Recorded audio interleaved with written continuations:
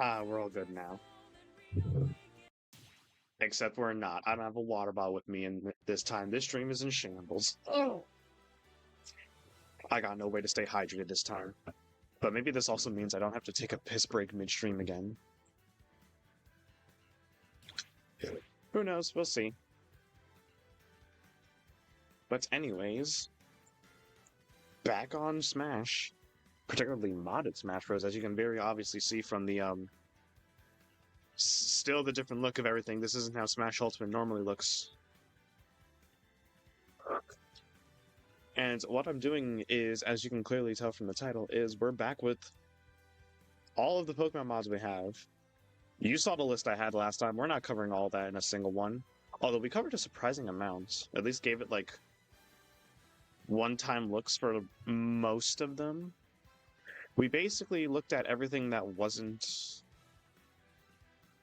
like, on a Pokemon character. So basically all of the Pokemon mods that were on non-Pokemon characters. So, like, alright, let me just go to PS2 for example. So stuff like, to give you a visual example in the character select screen when we get there in a second. Just give it a sec. Okay, there we go. So stuff like Mega Gengar and Slacking, stuff like Ampharos along with the Shiny Ult.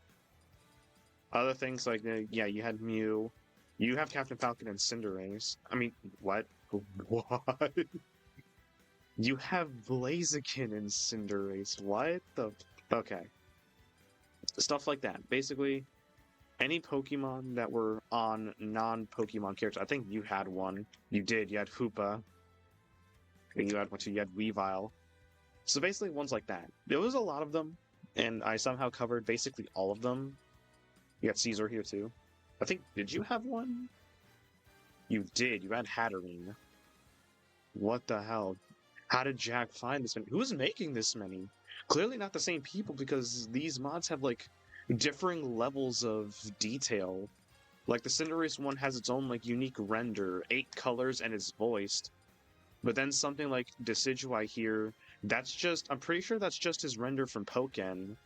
And it doesn't change anything about Falco's details. Like, he still uses a gun, which is weird, which looks weird on Decidueye. It's not voiced. You know, stuff like that. So I don't know, like, how many people are out here making Pokemon mods for Smash, but there's quite a lot. Pretty sure you had 2.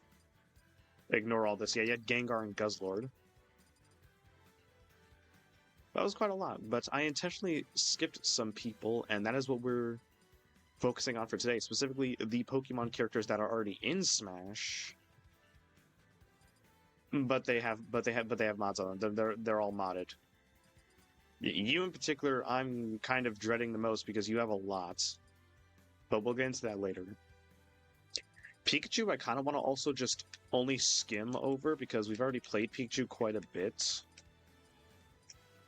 And obviously, Pikachu being my secondary in this game, of course I'm going to play Pikachu more, so I'm bound to play more of these, like, mods in the future. So stuff, especially Fuecoco.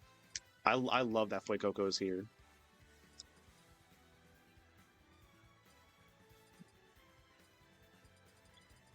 Sorry, my brain stopped for a second. I'm just trying to think. S- Is there anyone else I want to just skim over? Not really. I think it's just Pikachu. Oh wait, no. There's also Incineroar because Incineroar was the one exception we made last time because he only has like two. Because surprisingly, unlike the other Pokemon characters, the ones we have on Incineroar aren't really Pokemon. We have Machamp, and then we have like this ignore that. And then we have this recoloring, which is really just a recolor to make it look like Cinderace in terms of purely a color scheme.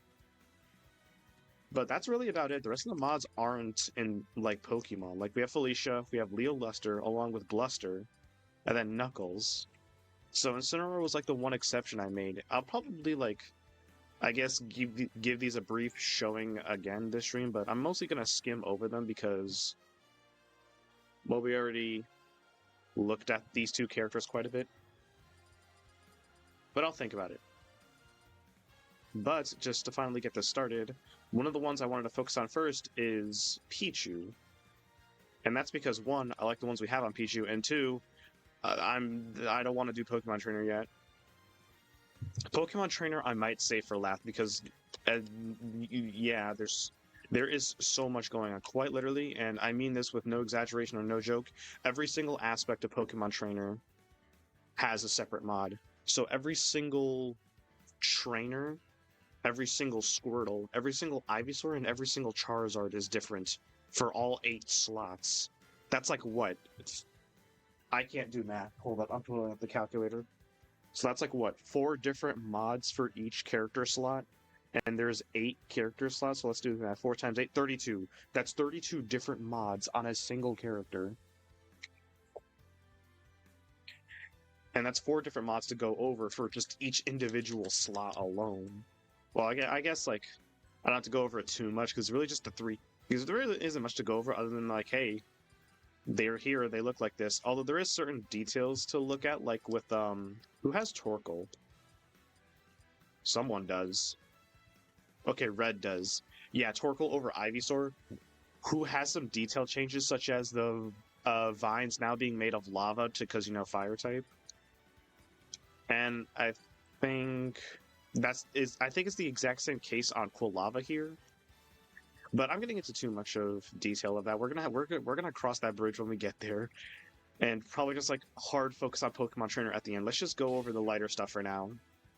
Starting with Pichu, I say lighter stuff, but like there's like what 4 or 5 maybe more different things going on here.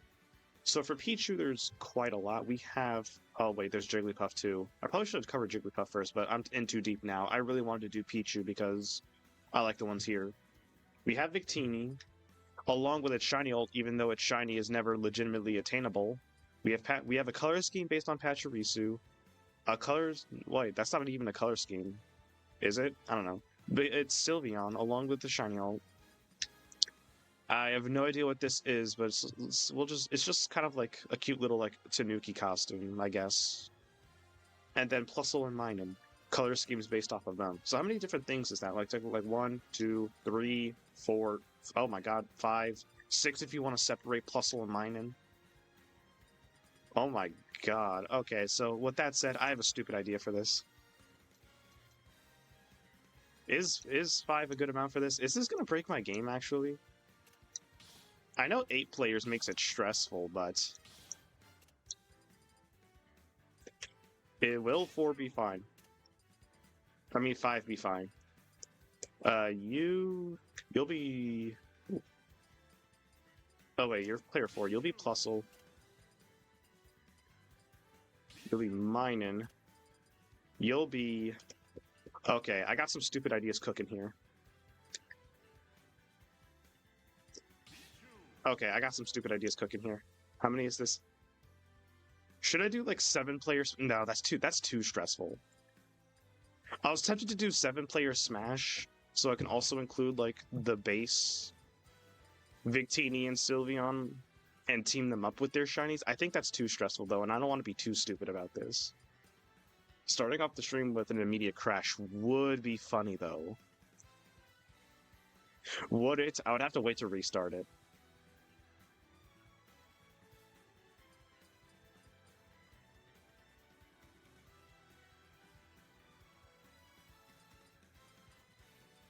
I'm thinking here. You know what? I think I'm gonna do it. So here, we'll have you there. We'll just have you in the middle, and then the two Sylveons, and then we're gonna include two more to be plus or minus. We'll skip the Tanuki.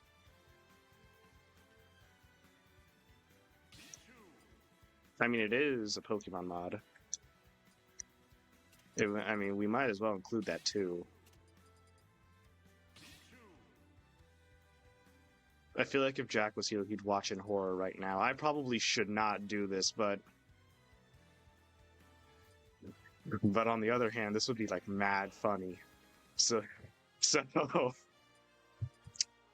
we're gonna put all these into teams. The two Victinis, aka me and this one right here, the shiny one, will be on red team. The two Sylveons, I guess, on blue team. Wait.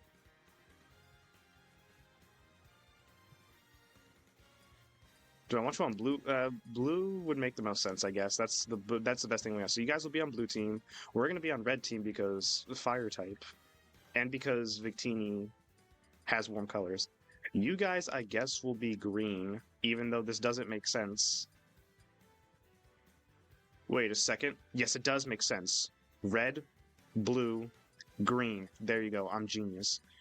And then the two odd ones out that don't have a specific pairing, aka Pachirisu and this Tanuki costume thing, they will be Team Yellow because they're the odd ones out.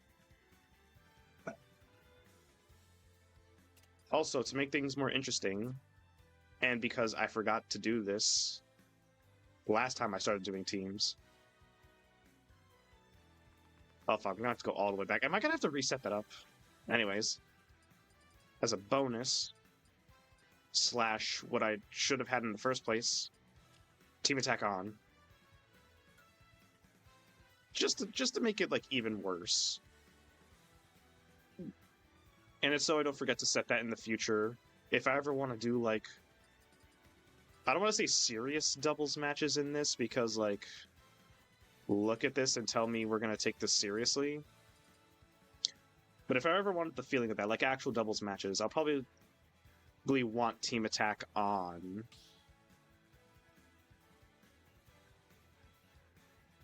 Please tell me everyone else is set. Awesome. All right, we got our team. This is so stupid. We got our teams going. We got 4 teams of 2 to work with here.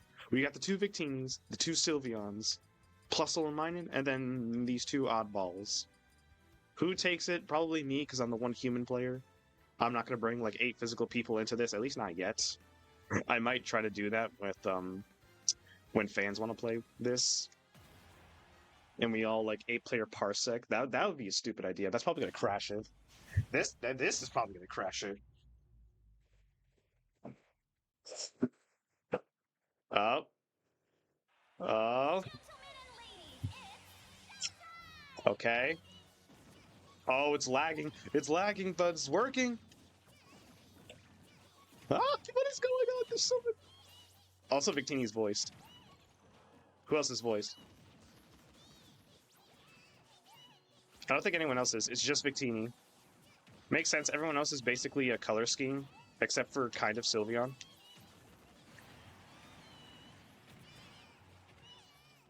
But Victini is voiced. That's really nice. Now what I wanted. Now the wrong con. Get away from me. Beautiful. Absolutely phenomenal. Did I ever mention that Victini was my favorite mythical? I feel like I haven't. I feel like I have, but even then, I feel like it should make sense to anyone who just knows me. I swear it wasn't intentional, though. It's just like, I liked Victini. I liked his movie. I also liked Reshiram in that movie. I know, like, the Victini movie, there was 2 versions of the Victini movie, like, Victini Black and Victini White, and which one you watched changed which side which legendary was on. The one that I watched first, and the one that I usually prefer, is the one where Reshiram's is on the good side. So, like, I swear my like favoritism towards these Pokemon sometimes just isn't intentional. It just so happens that I like Pokemon that are fire types. I don't like them because I'm biased. I'm biased because I like them. It's just really that shrimple. Also, what the hell is going on? I'm trying to get away from the crowd because I want to be able to see myself and make sense. Oh my! Did I get comboed by two different teams?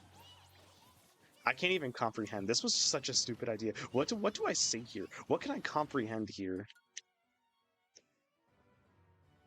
Like, yeah, oh, this is a very nice.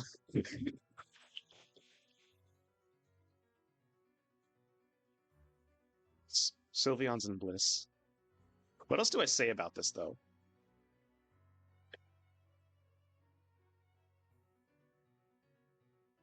Pain. Oh my god, he died from that. I thought he was going to DI that. I didn't think the knockback was that hard. Oh my god, how does my partner only have one stock left? Hold up. Oh my god, I'm trying to get away from the crowd because it's just fucking I get comboed. This is a stupid idea I had. I'll probably like if we have time later in the stream, do more focused like 1v1s or doubles matches with these mods because this is just like incomprehensible. Can you like I guess I'm showing off these mods, but like is this really showing anything other than pure fucking chaos? This is It's working though. This isn't causing a crash. Wait, where am I? Oh my god, I was off stage. How am I at 100%? I don't even know what's going. Oh, my partner's dead. Don't. Okay. The CPUs are still programmed to not take your stock. I got this. The Victini team will prevail. There's another one dead. Sylveon team is out. I think it's the only team that's out. Yeah, they still have Plusle. Green team still have Plusle. Nope, nope, Plusle and Minor. Oh my god. I almost got commented down. I need to kill Pachirisu. Holy shit, it's a 1v2. The oddballs out are the remainders? Damn. I had the least amount of faith in you guys. Okay. He's dead though, and I have an extra stock to work with. We got this. How did you get out of that? You're out of my grab range. Fuck. Got mixed by the CPU. Got out of here with that.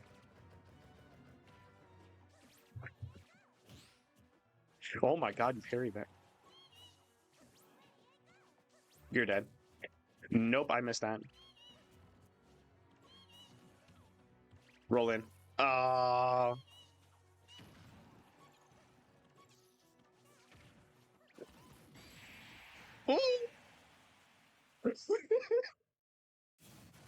You know, I was not expecting the oddball team to be the last ones left.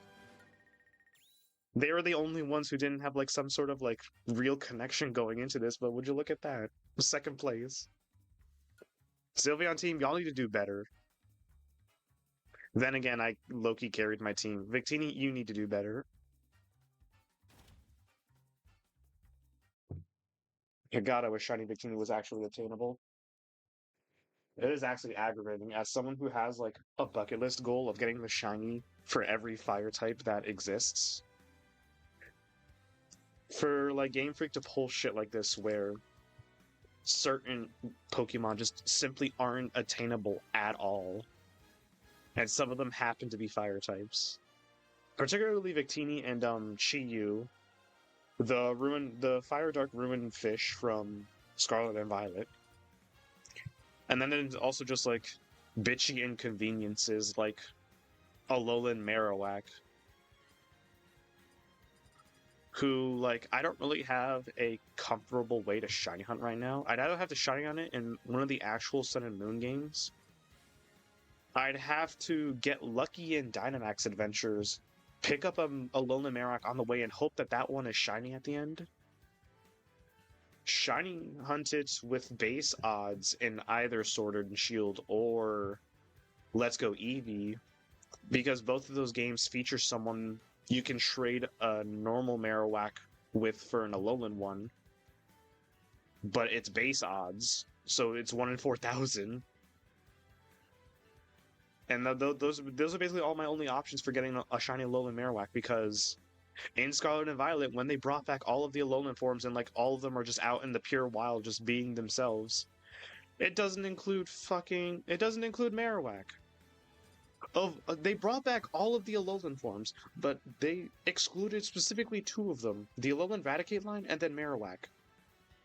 Oh my god! I know I ranted about this back when I covered like the DLC, but like I'm still mad about that.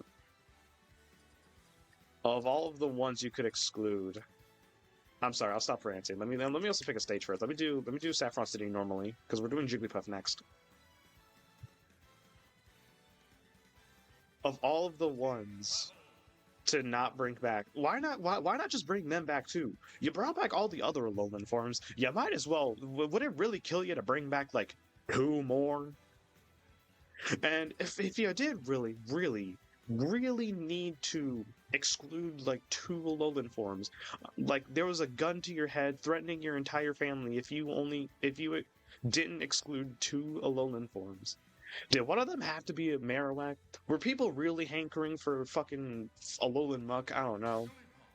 Anyways, before I before I subtract how many players there are here, because Jesus Christ, let me check how many Jigglypuff has. I believe we have 5 to work with, technically.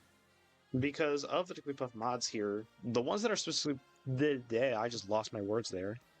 The ones that are specifically Pokemon related, there's only like 5 in total, because there's also this thing, which is with Metroid. I'm sorry, my brain fired for a second. I just completely forgot what a Metroid was. I don't know why. So we have a Metroid. Ignore that, and then Face Raiders from the 3DS game. And then the rest is Pokemon related. We have Igglybuff, Wooloo with its shiny, and then Spheal with its shiny.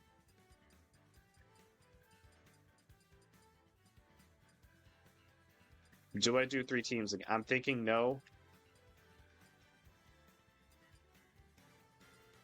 Okay, funny idea. We do a doubles match between the two Wooloos and Spheals, and then Igglypuff I'll make my opponent while I cover the next Pokemon. That sounds good to me. Alright, the rest of you get out of here. Go on screen. And as for me, I'm gonna be on Team Wooloo. Of these two, I'm sorry, I'm more of a Wooloo fan. If that's a problem, I'm sure we can fight about it. Hopefully kill each other. I'll be the shiny one this time. And you guys are gonna be Spheal. Oh, you're Igglybuff. Hold up. Everything is wrong here. There we go. There's not really a team that's fitting for this. You guys can be blue team. I guess I'll just stick to red team for this one. But yeah, I'm more of a Wooloo fan, and I do need a shiny hunt Wooloo at some point, because I don't have one yet, and I want one, because this shiny looks really nice.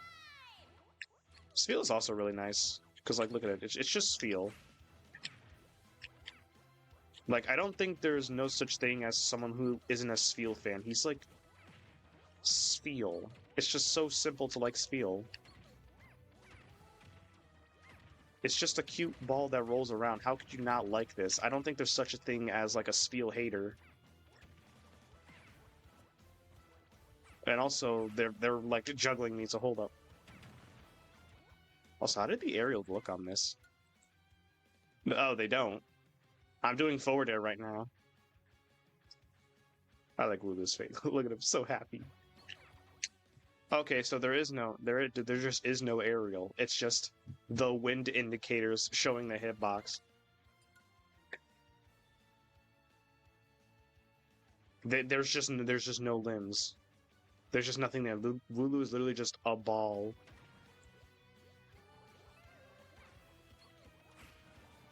How does Nair look? It doesn't. That's Nair. Down it. There's just nothing. How does Pound look? It doesn't. So the stuff that uses Jigglypuff's appendages, they just don't. I'm assuming Rollout looks fine. I'm trying to get a good pause of it. Can you not? I got myself killed doing that. I hit my teammate doing that, but... Oh. Beautiful. Okay, let me stop goofing. We're losing. Come on, I gotta represent the Wooloo team better. As if that's a... This bitch just rested me.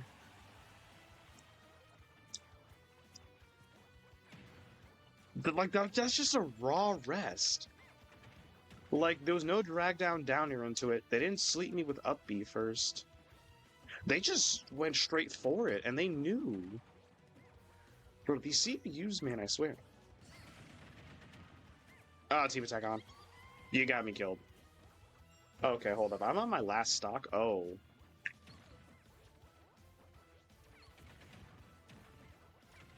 Oh my god. Oh my god, the combo. Get up attack into Nair? What is that shit? Oh my god, you tried again. Oh my god, he saved his teammate. That's another reason why it's good to have team attack on. You just like lightly tap your teammate.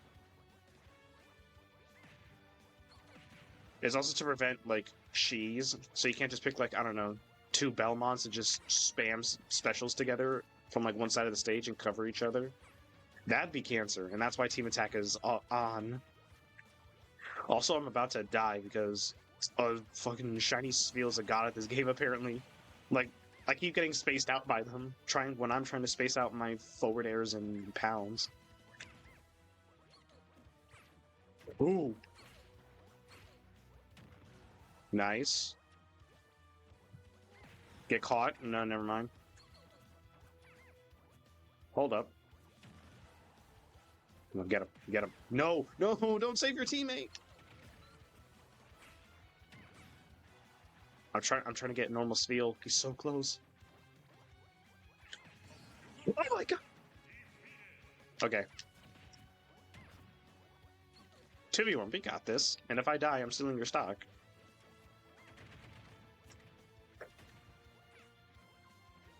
Get him. Worth. No! I'm stealing your stock. You literally killed me. Bro, I'm tempted to throw and like kill. Hey, don't avoid me. I tried to hit my partner with that, and it ended up winning us the game. I was being petty and goofy at the same time and just targeting my teammate, but in doing that, it actually got us the kill because he parried my forward smash, but it got hit by. But normal Spiel got not normal Spiel. Fuck, I'm just losing all my thoughts right now. But shiny Spiel got hit by it. That is actually incredible teamwork. I know we had it in us, Team Wooloo. As for the next stage, I don't even know who we're covering next. What's the next? I think it's Mewtwo. Because we did Pichu. We're skipping Pikachu for now. We did Jigglypuff. Let me see here. Yeah, basically everything on Mewtwo. So because of that, what would be fitting? I guess something like Spearpill, you know. Oh, we've been doing so many Pokemon stages. Let's just do like that. And whatever it gives us, it gives us. Because we already picked up like all the Pokemon stages. And we don't have any special like modded Pokemon stages yet, even though I do know they exist. Like there's a special one for PS2 that has like Shadow Lugia in the background, and I know there's also one for I think Kalos that's like Arceus themed. We need stuff like that, but that's for a later time. For now, we have Mewtwo, who I believe, oh yeah, every single thing on Mewtwo is something related to Pokemon. Literally everything. So for Mewtwo, there's his armor from the movie, both of his Mega Evolutions, so Mewtwo Y and Mewtwo X, Sceptile, for some reason, Trevenant, which makes even less sense, Alakazam, Hoopa Unbound, and then Shadow Mewtwo from Pokken. Yeah, basically just everything on Mewtwo.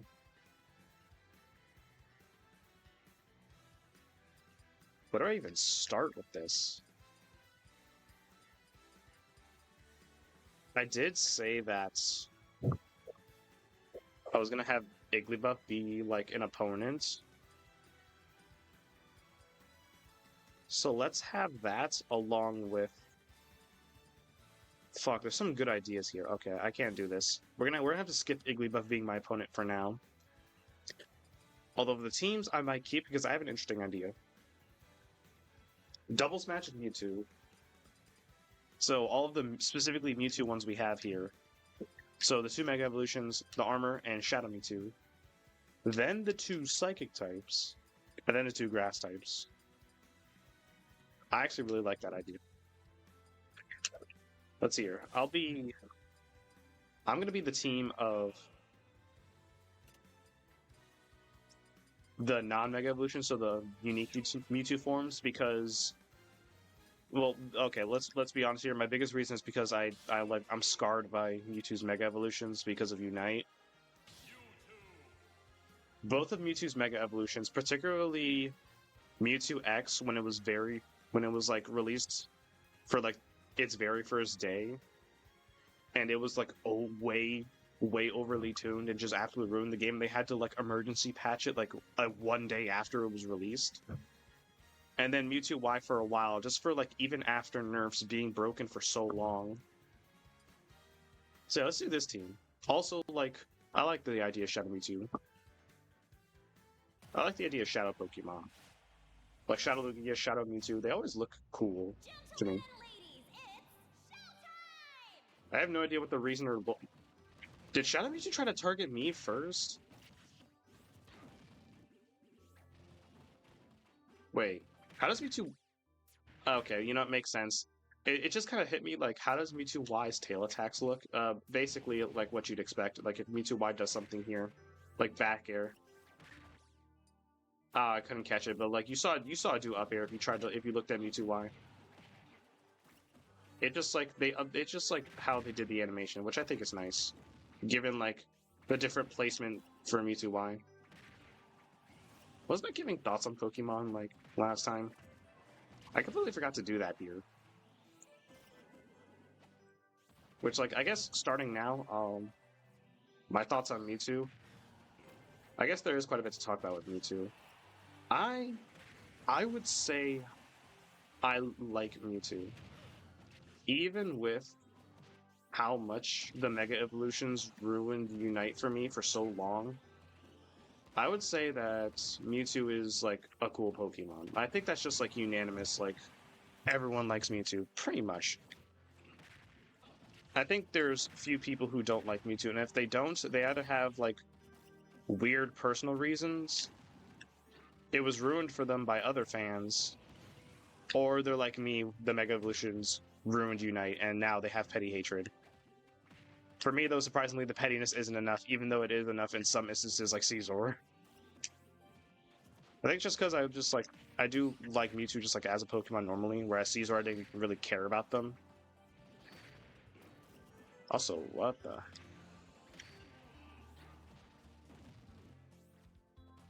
But I think that even though Mewtwo has been kind of reaching that point of, yeah, they're iconic, but they're maybe a little too overused, I still think Mewtwo is cool.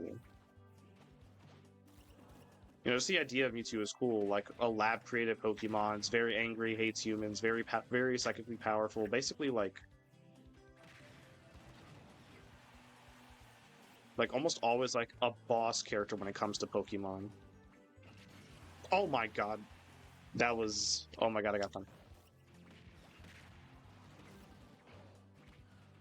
Specifically in Smash, I think I've talked about that with Mewtwo back in when I was covering them and getting 9.9 in classic mode with every character, and I was doing Mewtwo next. I think in terms of Smash specifically, I never had an interest in Mewtwo, although sometimes I would have an interest in watching Mewtwo, particularly in Smash 4, back when Mewtwo had some pretty nutty tech and had infinites in that game that were shown thanks to Abadango. Oh my... I'm stealing your stock. I'm throwing this now. Nah!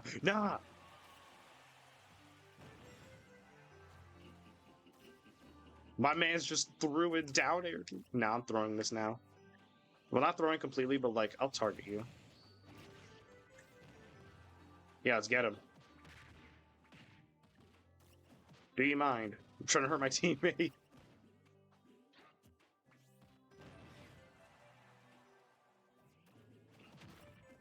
Ooh! There we go, I threw. And there we go. I was gonna give my thoughts about like the specific like Mewtwo's we were working with here. I guess I've already given my thoughts on the Mega Evolutions, but I guess outside of Unites, they're cool.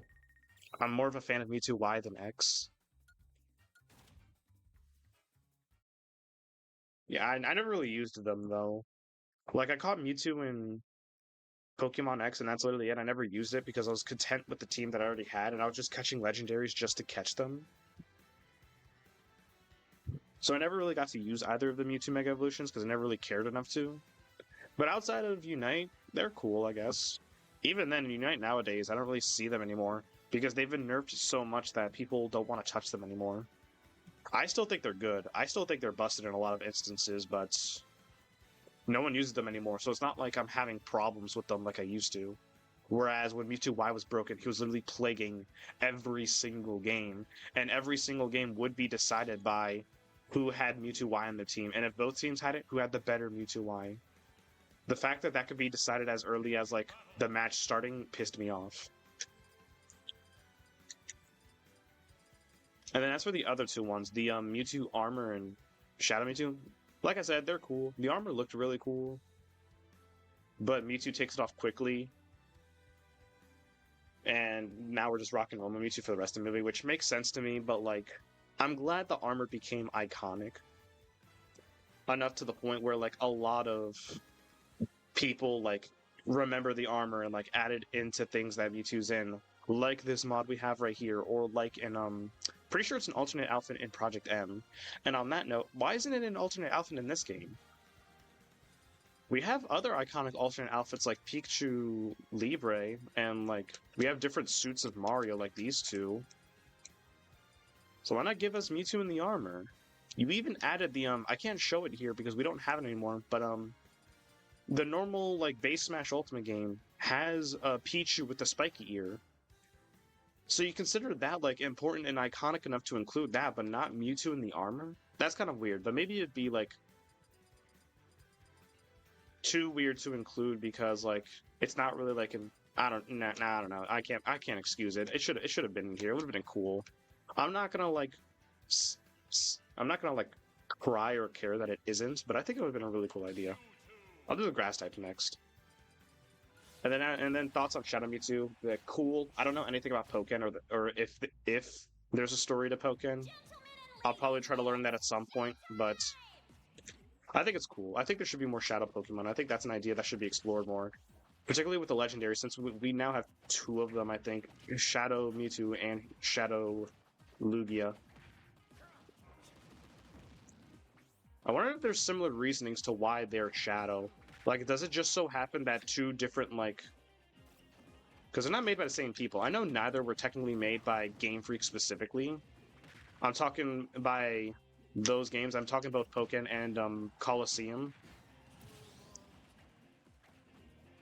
I know neither were made by Game Freak specifically. They were outsourced to, like, other people. I forgot who made the Colosseum games, but it wasn't Game Freak. And then Pokken was made by Bandai Namco.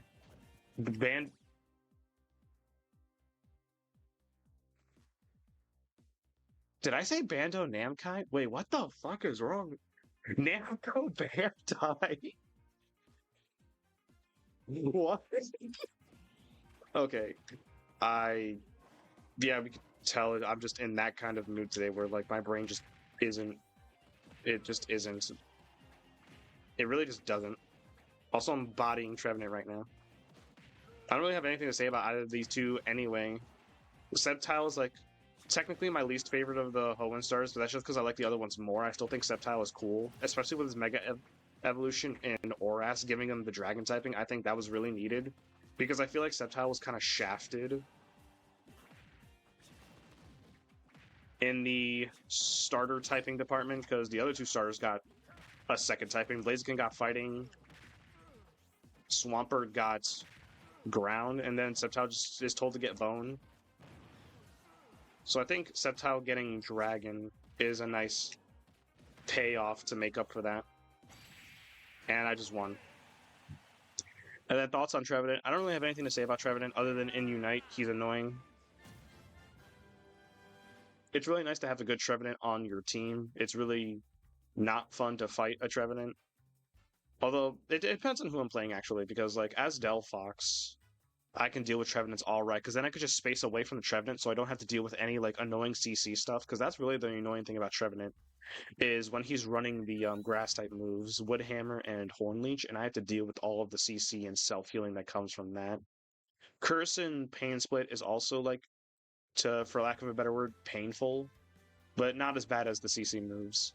But I think I can manage if I'm playing like Delphox, for example, because then I could just space myself carefully. And then on Delphox, I typically run Curse Incense, so I'm nerfing Trevenant's healing.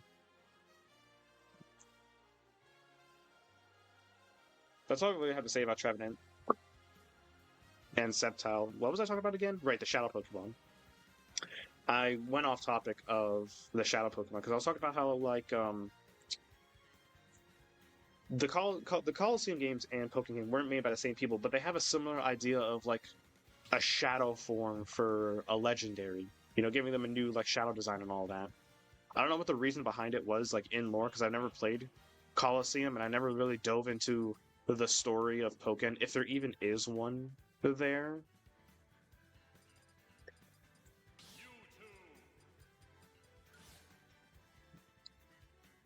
So yeah, I don't really know what the reasons are for making those Pokemon Shadow. I might look into that because I like the idea of Shadow Pokemon. Like, it's a similar thing to like, well, it's not the same thing as, but it reminds me of what I like about regional forms. They're not the same thing, but they have a similar idea, or at least a similar reason to why I like them, is that it gives a new twist and design to a Pokemon that I already like, or a Pokemon that's already cool. And same thing here. And that's what they did with Shadow Mewtwo and Shadow Lugia. So whatever that reason is, I hope it's a good reason. And I hope that maybe we get hints of, or maybe see another Shadow Pokemon in the future. But oh well. Anyways, last two Mewtwo mods, Alakazam and Hoopa Unbound, who probably have the least things I have to say about. I really have nothing to say about either of these things. I guess. Well, Hoopa Unbound looks funny. That's all I can say about it. And I guess two other things I can say about Hoopa Unbound on are there. I just lost all my words. I guess two other things I could say about Hoopa Unbound are one, in the movie, I guess it was kind of funny because it forcibly put Regigigas through a ring and we got to hear funny Regigigas noises, so I can appreciate it for that. And then also, I'm pretty sure this used to be busted in Unite. I remember having a lot of problems with Hoopa's Unite move and like how like strong it was. I don't know if they ever tuned it down or something like that, or if I just got better at dealing with it, but it used to be problematic in Unite, at least for me, when Hoopa would Unite move and like that was like it was a pretty hard carry Unite move. Honestly, I think it's a pretty hard carry Unite move even now, even if they did like tone down the damage it can do. Just the fact that it sets up a portal that everyone can teleport to is pretty huge because now you just got yourself like a free team fight. Hoopa in general is like a really good support Pokemon in Unite if you have the teammates for it. I know it's harder to do in solo queue when they're probably going to ignore your hyperspace holes, but when you coordinate with your team, you basically just get like easy rotation, which is huge in Unite. Alakazam, I literally have nothing to say about other than like, I guess it was funny and Alpha Rad's first Nuzlocke and he got swept by Sabrina's Alakazam. That's like the funniest. That's like the one thing I could say about Alakazam. Really, never really cared about this Pokemon personally. Also, it has no tail, so the tail swipes are interesting to me. Same with Hoopa. Oh wait, it does have a tail. Do you use it for your? Here, throw something out. Yeah, okay, you do use your tail. Oh, it's voice. Hold up, I heard a voice. Okay, Alakazam's voice. Interesting. No one else has been, which makes sense because the first set of mods were just Mewtwo, so you know, it makes sense the voice wasn't changed for them. It's still just Mewtwo. But Sceptile wasn't voiced. At least I don't think so. Trevenant wasn't voiced. It's just Alakazam. Alakazam sounds funny.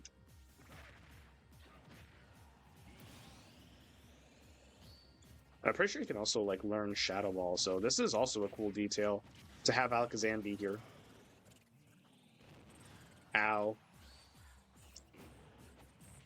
Ow. Ah!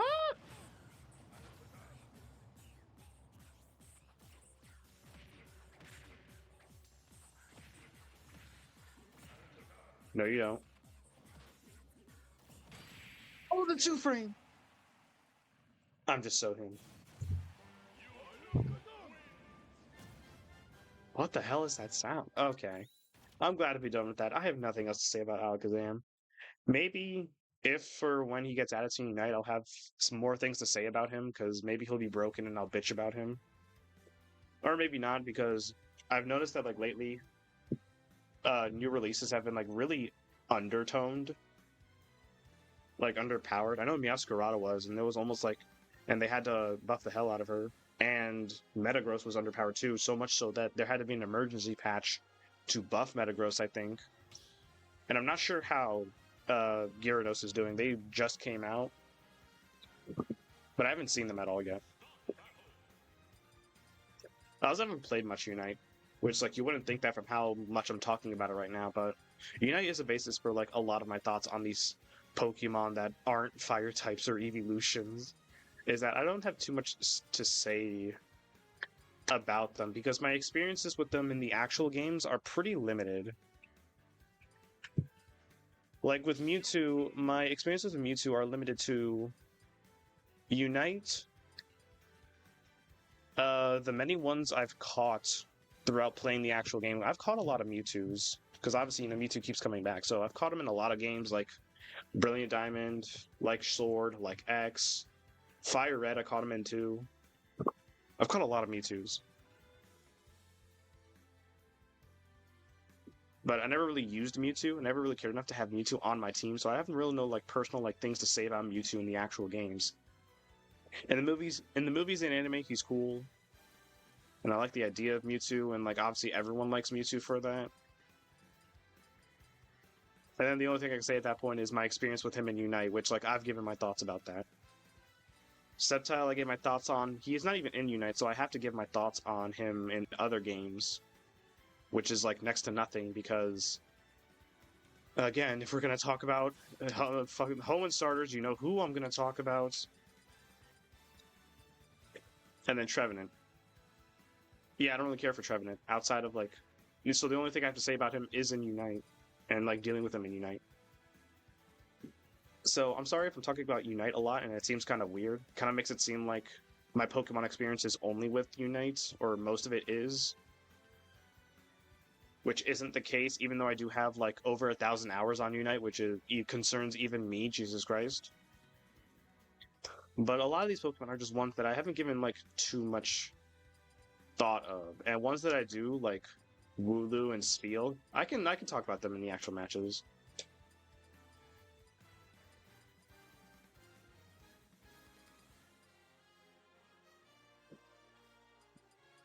Well, like, well, I think I worded that wrong.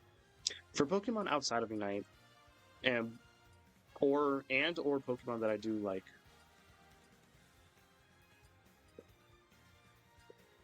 I'm sorry. What am I trying to say? I'm sorry. Hold up. Let me.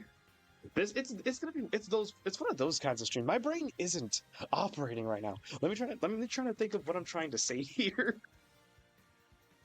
Also, I haven't used Igglybuff yet, but I literally have nothing to say about Igglybuff either. So you know, I could take my time with that. Basically, what I'm trying to say is like, I know it seems weird that I'm talking about Unite a lot, but for Pokemon like this that I have not much to say outside of my experiences of dealing with them in Unite, I'm just gonna roll with what my experiences with them, what I think about them, and just like the best that I can if I have nothing to say about them. Oh, that was a voice crack. Because like, what do I say about Trevenant? I'm biased for fire types, and like I guess like the idea of Trevenant is cool. I just like me personally, I just don't care because I'm too busy caring about other Gen 6 Pokemon like Delphox and Talonflame. Like that's just a me personal thing. Like when there's over like 100 of a certain thing in a game, like not everyone is going to care about all of them. So like I'm not going to care about every Pokemon in a particular game because I'm too busy caring about other ones. So if I have nothing to say about a certain Pokemon, you know, that's my B, I guess. I'll try to find something to say. And also, at some point later on, I'll go back and talk about like my thoughts on the ones here in the Pichu mod, because the only ones I really talked about was like Victini and how I liked him in the movie. I haven't really talked about Sylveon or Puzzle and Minun though, or Pachirisu either. Damn. I'll do that later though, because next is who is next? Oh, oh, we're doing that later. We're just gonna pretend he doesn't exist for now. Please let me have a little bit of mercy here. So with that said, the next Pokemon character specifically is Lucario, who, like I briefly showed last Monday, has quite a bit of mods to go with here. All of which Pokemon related. We have this outfit right here, which is his first Tier 3 outfit from Unite, the Halloween costume one. We have a shiny alt, Lopunny with a shiny alt, Darkrai, Zoroark, and then Braixen with a shiny alt. You know, looking at this now, this is the perfect setup for another 8-player team smash. And that could make 4 teams, you know? Oh my god, it's too perfect, actually. And the more that I look at it, I'm going to do that, actually. Because, like, we have 2 Braixens, we have 2 Lopunnies, 2 Lucarios, and then these 2 who are not only the odd ones out, but they're both dark types. This is actually perfect. Okay, we're doing this. I'm going to be, I don't think I need to explain what team I'm going to be and why.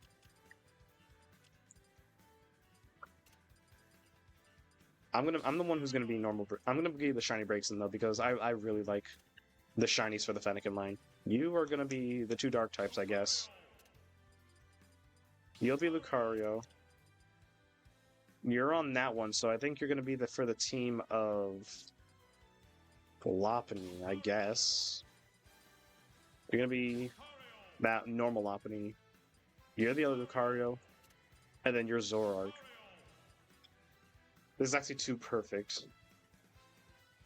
Down to the last minute detail.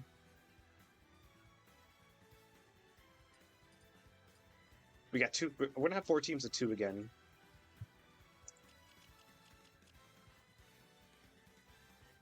Let me see. How do I want to go about going about this? I guess there really isn't a good system for this. I guess blue, because Lucario is usually blue, but shiny Lucario is yellow. That's the best I can work with here. Lopunny, I guess green, because there's nothing else to work with here. And then they're going to be yellow, because yellow team is always the odd one out. But yeah, there we go. Similarly to the Pichu mods we have, I'll do more focused 1v1 or 4-player matches later. This one, I just kind of want to, like, have this hog wild idea.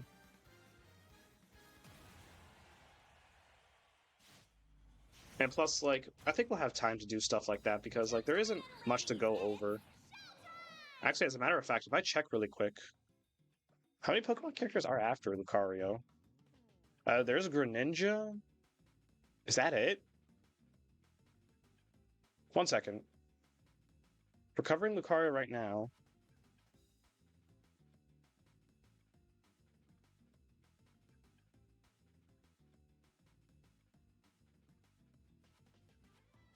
Greninja, we already did Incineroar. Yeah, I think after this is just all the ones we have on Greninja. In terms of ones with specific... I'm sorry. In terms of specifically Pokemon with Pokemon mods. So yeah, afterwards I can, like, more hard focus on specific ones, which I want to do because these are really nice. And I want to, like, give more time to, like, separately showcase them, just so you can see the detail on them. I'm pretty sure Braixen's model and... I think pretty much everything about Braixen was ripped from Pokken. The render you see at the start of the battle, or you can see right there, I'm pretty sure that render is from Pokken. The model itself you see right here, I think is from Pokken.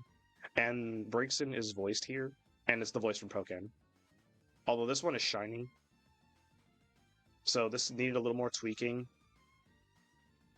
But obviously, like, normal Braixen, everything is just Pokken.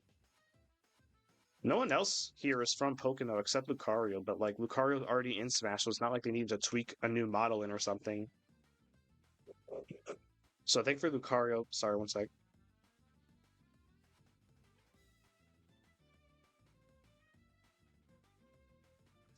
Sorry, a little stuffy. I wish I had some water right now. But yeah, Lucario's already in the game, so like the work there was easy. They just gave him a new outfit, which was based on his Unite outfit. He's dressed like Sir Aaron. I think that was really cool. I got really hyped when this outfit was. Lopney, can you damn bitch, get your ears out of the caption?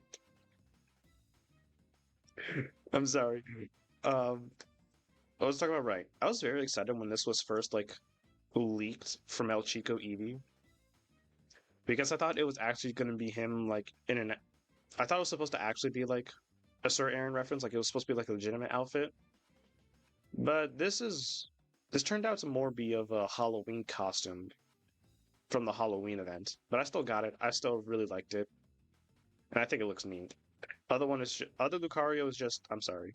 I'm just this camera's weird. Other Lucario is just shiny Lucario. They just tweaked the colors. I don't know why this isn't in the game normally.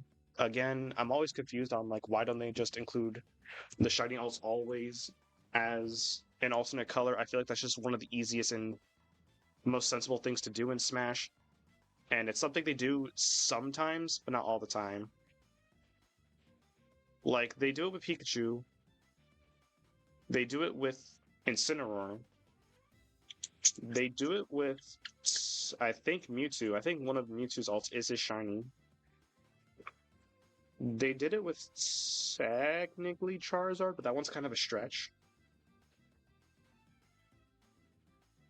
Because there is a purple Charizard alt.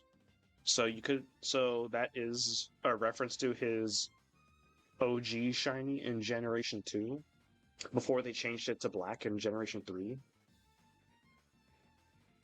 But one, they didn't include the black shiny, and that kind of like saddens me.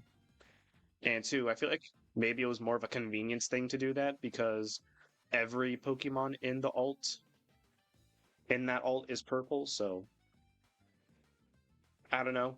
And then Greninja doesn't have one, but he has one that almost looks like a shiny, but it's like a lighter, but it's like less black and an orange scarf instead of a red one. And then what else? I guess Peach doesn't have his, neither does Jigglypuff, but those don't matter. But anyways, point is, Shiny Alts. Oh, Incineroar does have his, which is really nice. Shiny Alts just makes sense, and more Pokemon games outside of Pokemon should have them, such as Unite. But anyways, Lopunny, I have no idea what Lopunny was ripped from. Like, I don't know how they made this work, because Lopunny isn't really in like actual in like side games or anything outside of like the actual games. I mean, I guess there was a Lopunny in like what Pokepark 2. Maybe they ripped the model from that. I doubt that, but that's all I can really think of. Because like, she's not in Unite. She's not in Pokken. She's not really in anything. Maybe in Poke Cafe. I don't know. I haven't played that game. But yeah, I don't know where they got this model from then. Which maybe this is from the actual game. Maybe this is like the BSP model or something. I have no idea. But it's nice that Lopunny's here because I'm a Lopunny fan, or a Gen 4 fan in general.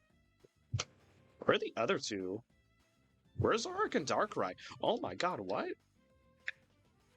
Oh, well, they're all huddled there now. Wait, where's Darkrai? I can't see. There's too much of a crowd going on there. This is why I'm going to do more focused 1v1s later, but yeah. This is very nice. I can't see Darkrai. Wait, there's my chance. What's the Zoroark ripped from? Where's the Zoroark model ripped from then? You know what? Probably. You know what? I just realized it's probably the Pokeball. Because Zoroark is in Smash Ultimate. It can spawn from a Pokeball. It can spawn from a Master Ball for some reason. I don't know if Sakurai was confused and mistook Zoroark for a legendary. A lot of people do that. So maybe Sakurai just did the same thing and made that little error, or like is it just because Zoroark is special? Which like I guess Zoroark is special. Yeah, Zoroark is special. And then Darkrai. I have no idea where you get the Darkrai model from. or you could rip it from, I don't know, probably like BDSP or something. I don't know. I don't know how long ago these mods were made either, so that's another thing. So like these assumptions that they're ripped from BDSP could just be like complete bullshit because this game was out way before BDSP, so it's completely possible that these models were added to Smash before that. These could also just be custom models that like the mod made or may just simply made themselves. That could also just be possible. That's probably the likely case for a lot of them. Because the modding scene for Smash Ultimate is actually insane. Oh my god, speaking of insanity, there's a reason I'm staying away. Also, Darkrai having no legs looks weird. I'm gonna need to see that closer up later. But I'm assuming it's gonna be a similar case to Wooloo on Jigglypuff, where like if you try to throw out an aerial, you don't really see an aerial, you just see an air streak. And speaking of the streaks and like the effects on the character, you may notice that the hands are colored differently. It's normal like orange and like white red fire instead of like Lucario's special like aura blue fire. And that's because I asked Jack to do that for me. For specifically the Breakson mods. These are specifically for Breakson, but they're applied to everyone because you can't separate effects like that, so Jack had to put them on everyone. So everyone has fire hands, just ignore that now. I guess Lopunny could learn Fire Punch, that makes sense. So, you know, that's something. Could Lucario also learn Fire Punch? I don't know.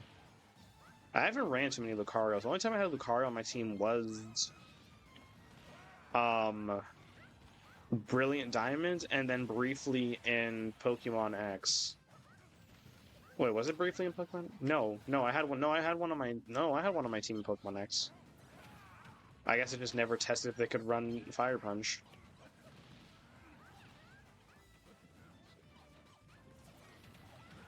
Ah, I just died. I hate Lucario's recovery. I always get it curved off the stage.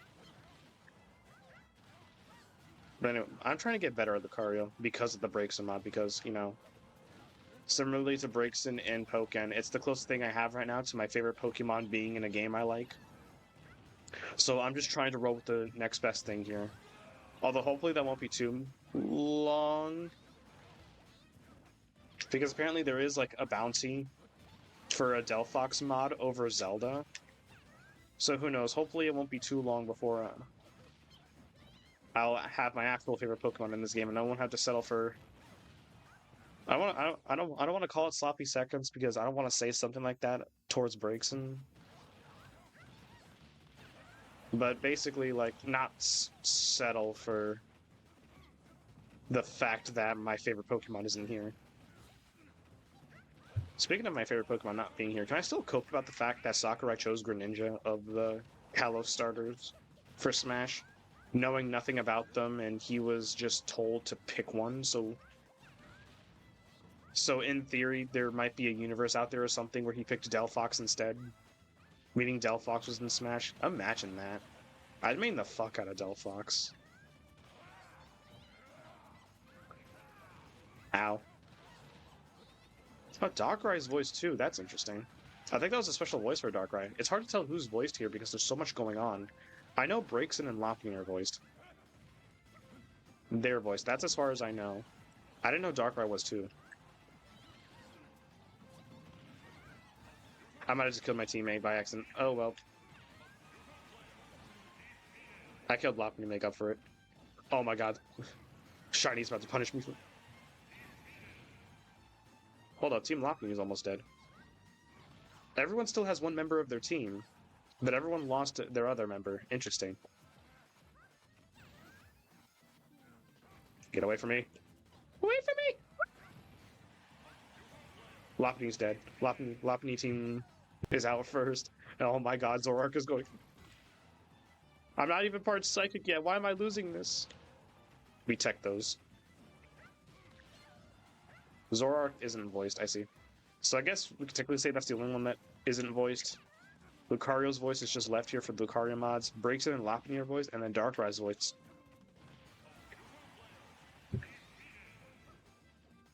And Zoroark is out.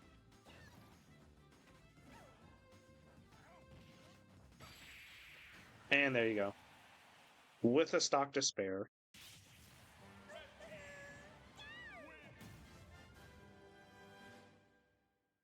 It would be fun to play more Okay, I need to stop. I just realized the kind of pose Breakson is making. I should just go.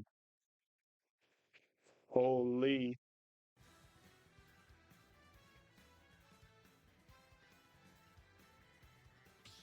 Yeah, I don't want to be looked at weird for playing Breakson, but it is what it is.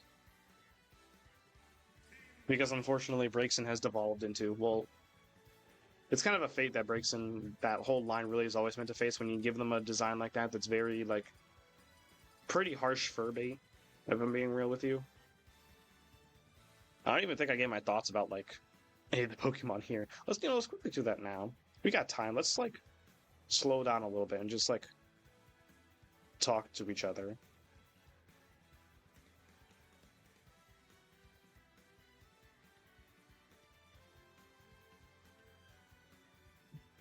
Oh, 1 second.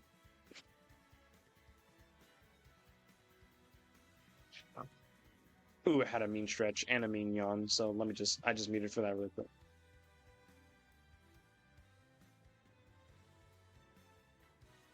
So I guess going in order from how the teams were. Starting with Breakson, I'm mixed about Breakson. Because on one hand, okay, sure, I like Breakson. It's a cute looking Pokemon, cute little like fox, almost like a starting mage. It's a good lead into Delphox. With Delphox being like looking like an experienced mage, Breakson looks like she's just getting started. You know, kind of has that like I don't want to say younger attitude because but I like the direction Breakson is going and leading into Delphox. And I do like just Breakson as a Pokemon. I think it's cute and neat without trying to be weird because of obvious reasons. But those obvious reasons have to unfortunately be avoided because it's also very obvious furby. With that said, on the other hand, though, I'm admittedly petty towards Breakson because pretty much everyone prefers it over Delphox. There is way more popularity for Breakson than Delphox, and that like astronomically saddens me because then that means like Breakson is the one with more publicity. Breakson is the one that gets like noticed more. Breakson is also the one that gets what's the right word here? Liked more. So yeah, as a big Delphox fan, that saddens me to know that just the previous evolution over is like way more popular than you. I wonder if this is how Raichu fans feel. I'm sure there's like people psychotic enough to prefer Raichu over Pikachu out there, and like they just have to like basically like mentally be the Luigi of Pokemon.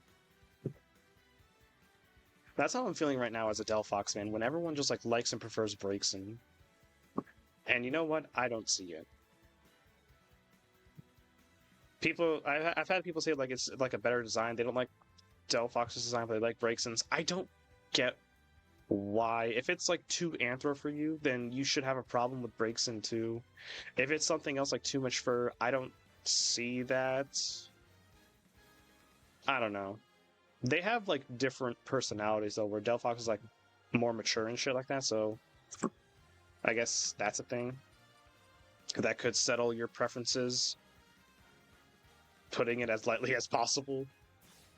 So those are my thoughts on Breakson.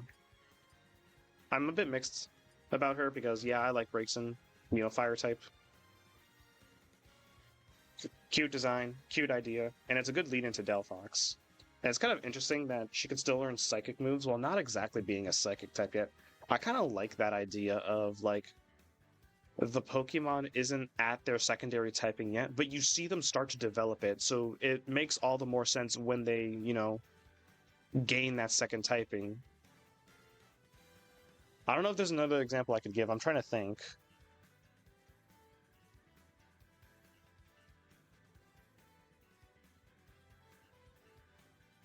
maybe Sprigatito or something learns Bite. That's something. I don't know. I can't think of other examples because I don't really know like Pokemon learn sets, like what they learn as they level up. I only know that for like the fire starters because obviously. But it's nice to see that. You see them start to like subtly develop that before they gain that typing. So that's another thing I like about Braixen, even if I would have liked if she did already have the psychic typing. Just because I find it weird when sometimes the starter gains their second typing at their middle evolution, sometimes not until their final evolution. I guess sometimes it makes sense, like Charizard it makes sense. He doesn't get the wings until final Evo, so, flying. But then sometimes Pokemon gain their second typing already, like Blaziken and... Well, that's not the right one to use. Like Combuskin and Monferno. I don't know, I'm going on too much of a long rant here. Let's just move on to my thoughts about the next one. As for Lucario...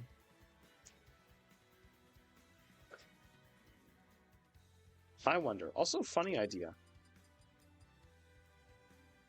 How about, while I give my thoughts on them, we make them fight?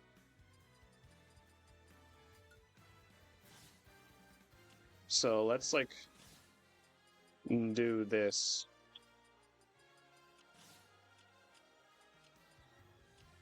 What the hell?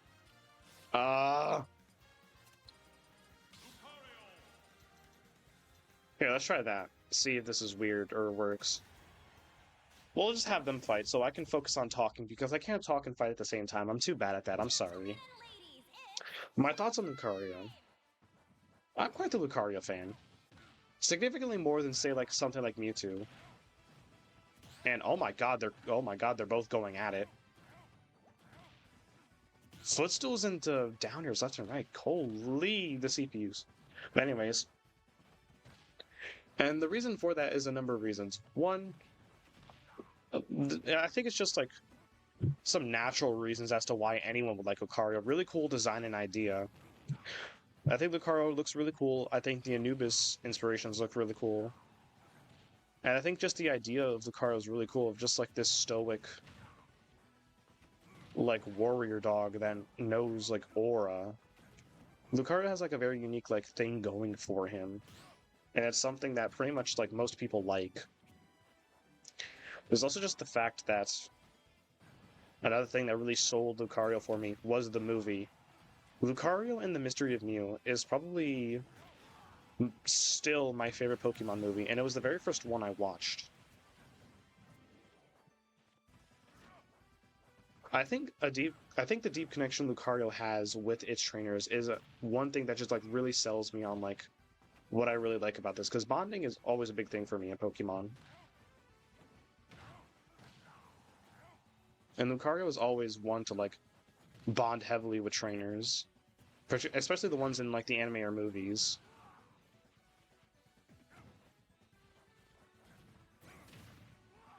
So I think that's another factor too, in sort of leading into Lucario becoming as popular as he is, because obviously, like, I feel like they were kind of anticipating Lucario being popular, because like the movie came out before Gen 4 did, like the Lucario movie. I'm sorry, I'm trying to get better at talking, and not be so stupid and like actually like try to turn my brain on. But basically, the Lucario movie was during a time, I'm not sure if we're still in that time, but basically like Pokemon movies usually, at least back then, were released as almost like promotional material, as sort of like teasers of the next generation. They were doing that since like the first Pokemon movie, which that had like Johto Pokemon and like brief highlights on them, like, oh, look at these new Pokemon.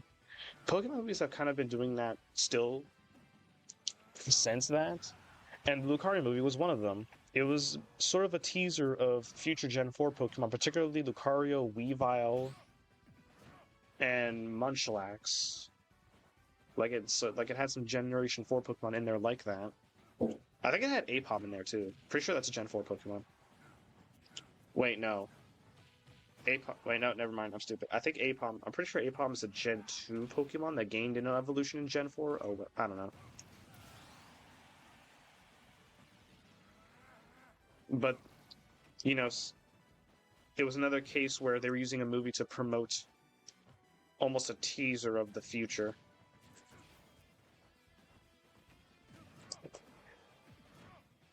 So Lucario being the star of that movie, I feel like was just sort of like them anticipating his popularity, or maybe they just really wanted to like make him special. That probably was the case.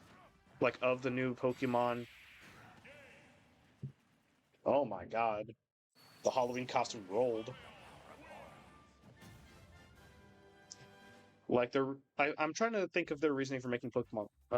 For that, my brain, please. For making Lucario the star. Either if it's because they were predicting he was going to be popular, similarly to Sakurai adding characters to Smash, or if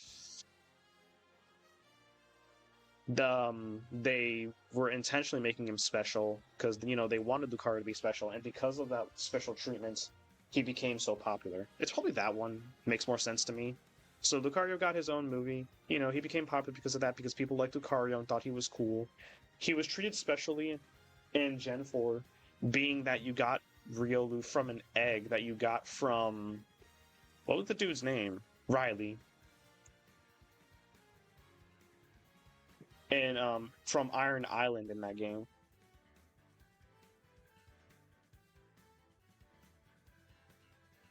And then since then, like they basically just struck home with that. Lucario basically became iconic and is basically another Pikachu of this franchise. Where you see Pokemon, you're probably going to see Lucario somewhere in there. And Lucario is indeed popular, being featured in basically anything Pokemon related. And obviously my immediate examples are always like Pokken and Unite, both of which have Lucario in it. But there's also the fact that he was added to Smash and has been a staple of Smash since Brawl.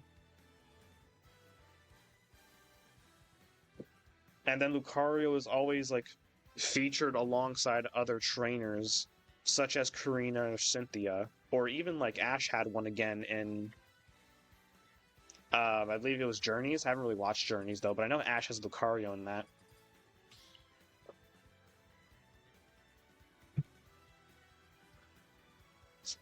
So yeah, Lucario became very popular, and I can understand that popularity because I like Lucario.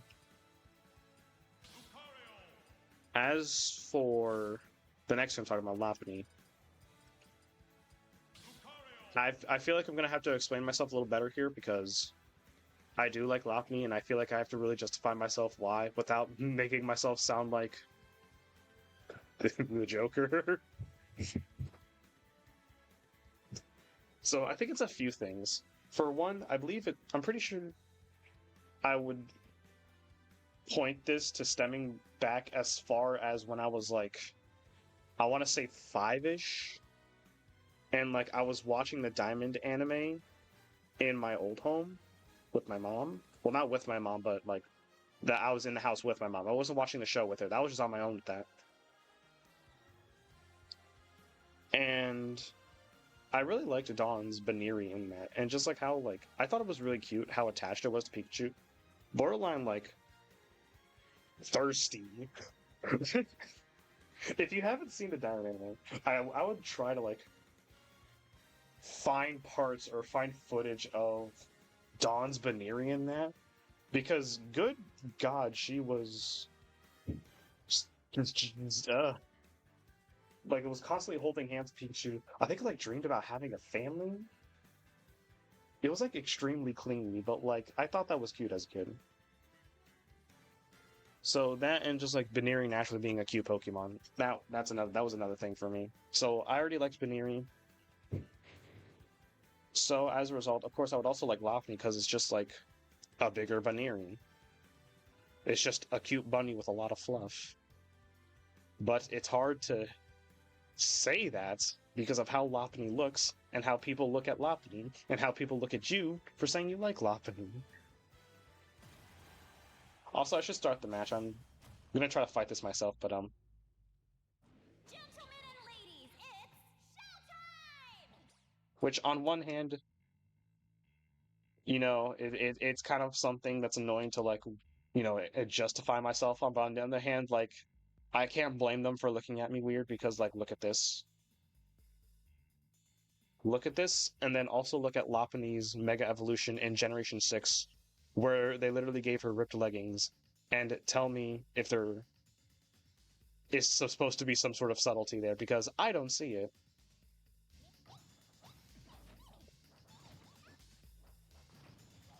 I don't know, man. Even despite that, though, I really like Lopunny, and I've had used Lopunny a few times in my teams in the games, particularly in Brilliant Diamond, and did I use one in X? Yes, I did.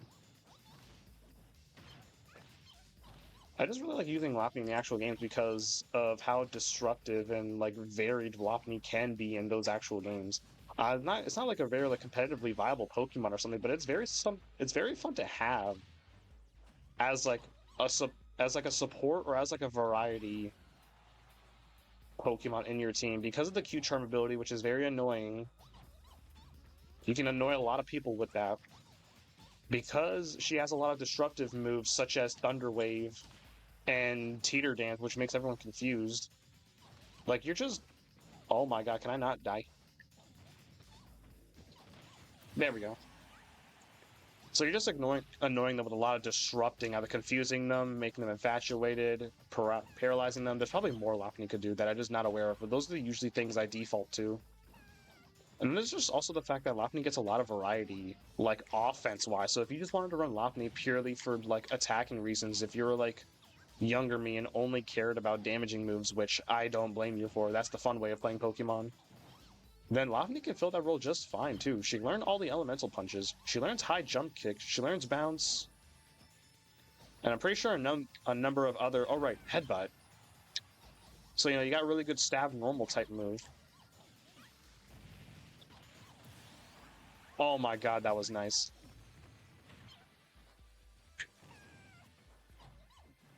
My Lucario is looking good right now in 1v1s. Like I said before, I wanted to get better at Lucario because of the breaks and mods in this. So that I could play breaks and better and, be fire side biased. Oh.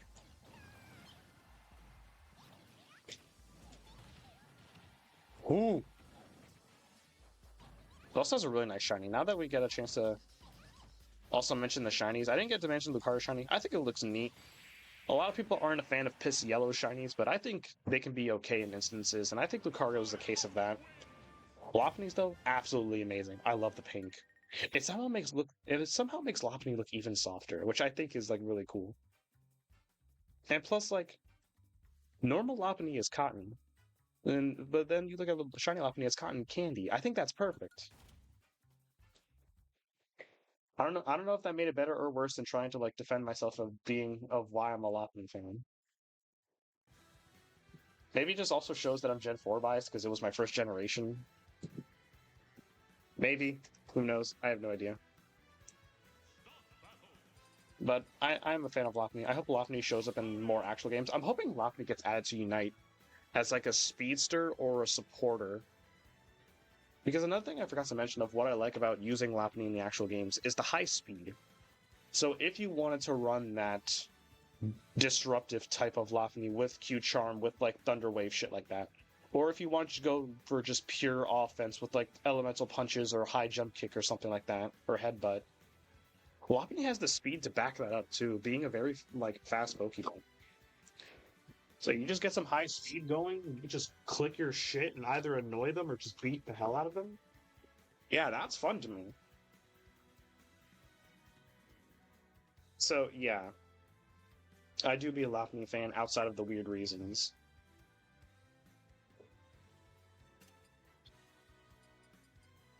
Do I talk about? I've talked about breaks and like just went on a rant outside of that. Do I talk about these two? I do have quite a bit to say about Zoroark. Sure, let's go.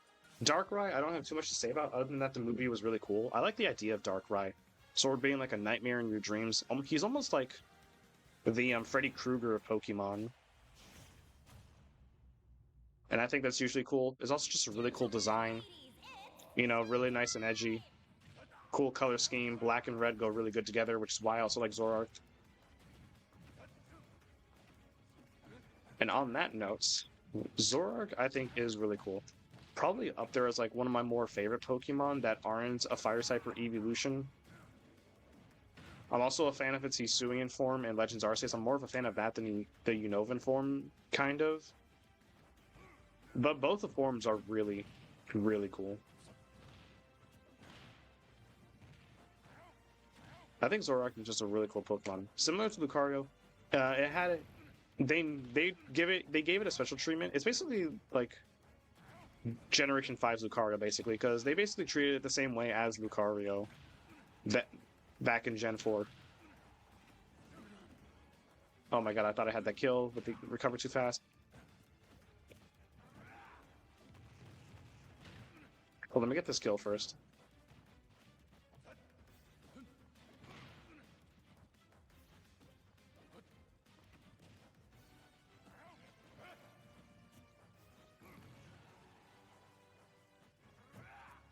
Oh my god, I almost had that. There we go. Oh, I had an itch there too. But basically, they gave Zoroark a very similar treatment to Lucario, almost the same way as Lucario, where it started with a, and I'm sorry to pause it, but like, again, I'm bad at talking and playing at the same time.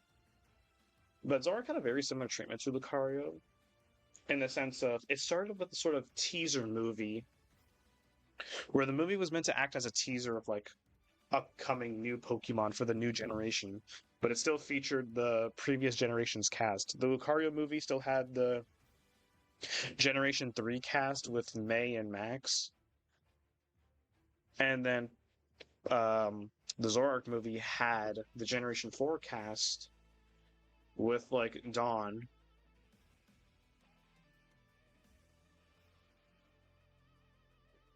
But it was still meant to be a teaser for like upcoming Pokemon. So it had like upcoming like Gen 5 Pokemon like Zorua, like Zoroark.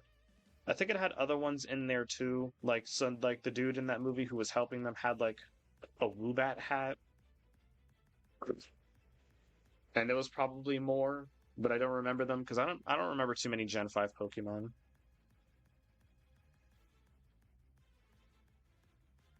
But similarly to Lucario movie, it was a very good movie. Probably up there as like my second favorite, to be honest. Like Zoroark Master Evolution, I think it was called. Probably my second favorite Pokemon movie out there. A contender for first, but Lucario still takes it. Holy, I'm getting bodied.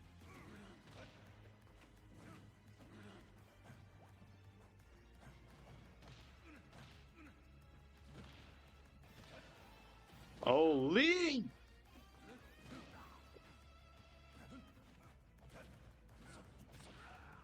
Oh, this is why I pause the game when I go to talk. I can't focus while doing this. Look at how the CPU is playing. I can't like focus on my talking while like playing something like this.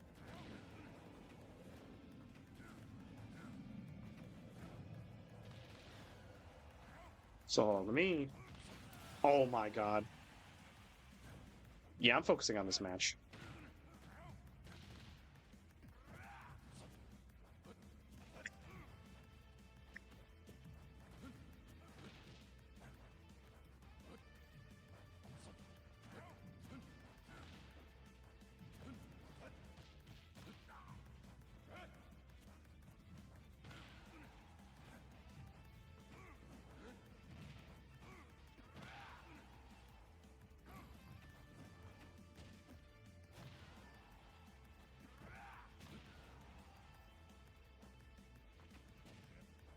Oh, what?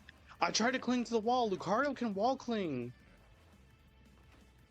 So I tried to do that, but it wouldn't do that for some reason. Then I had to up B, and up being like while like hugging the stage is super weird because you have to curve your up B. If you do it straight up, you're gonna die because you're gonna hit the stage, and when you bonk into Lucario's up B, you go into free fall and you just die. But then if you try to curve it, you end up like curving around the ledge and you just die anyway.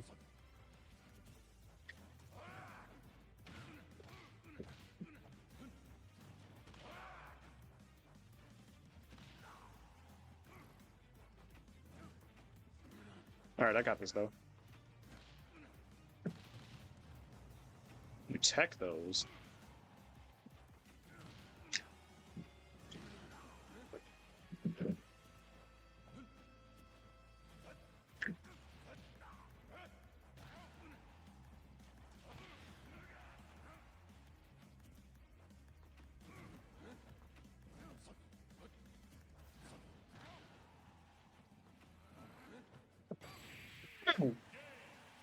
Bait the get up attack.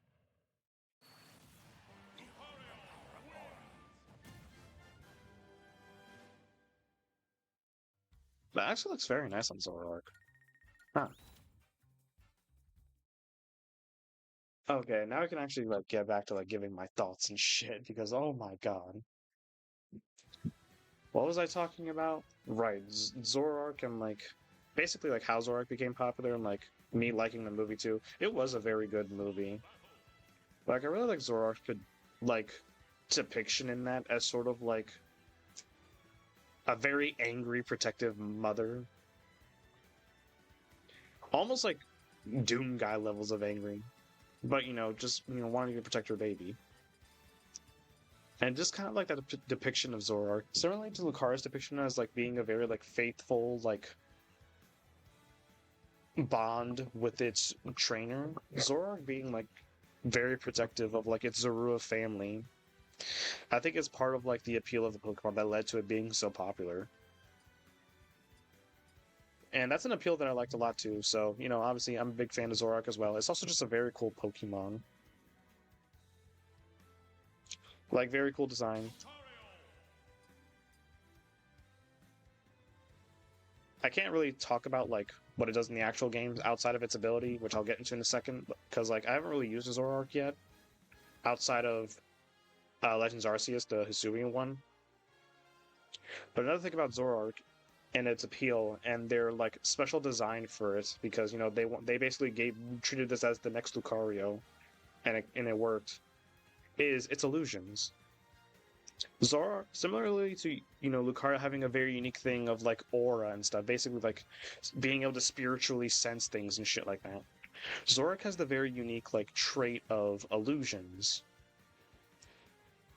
where it can basically just force you to hallucinate things to the point of they just feel so real to you.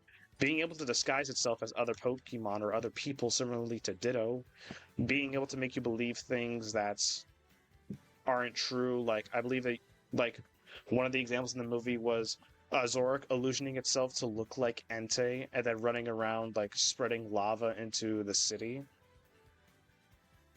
But then obviously the city is perfectly fine, and obviously that wasn't Entei.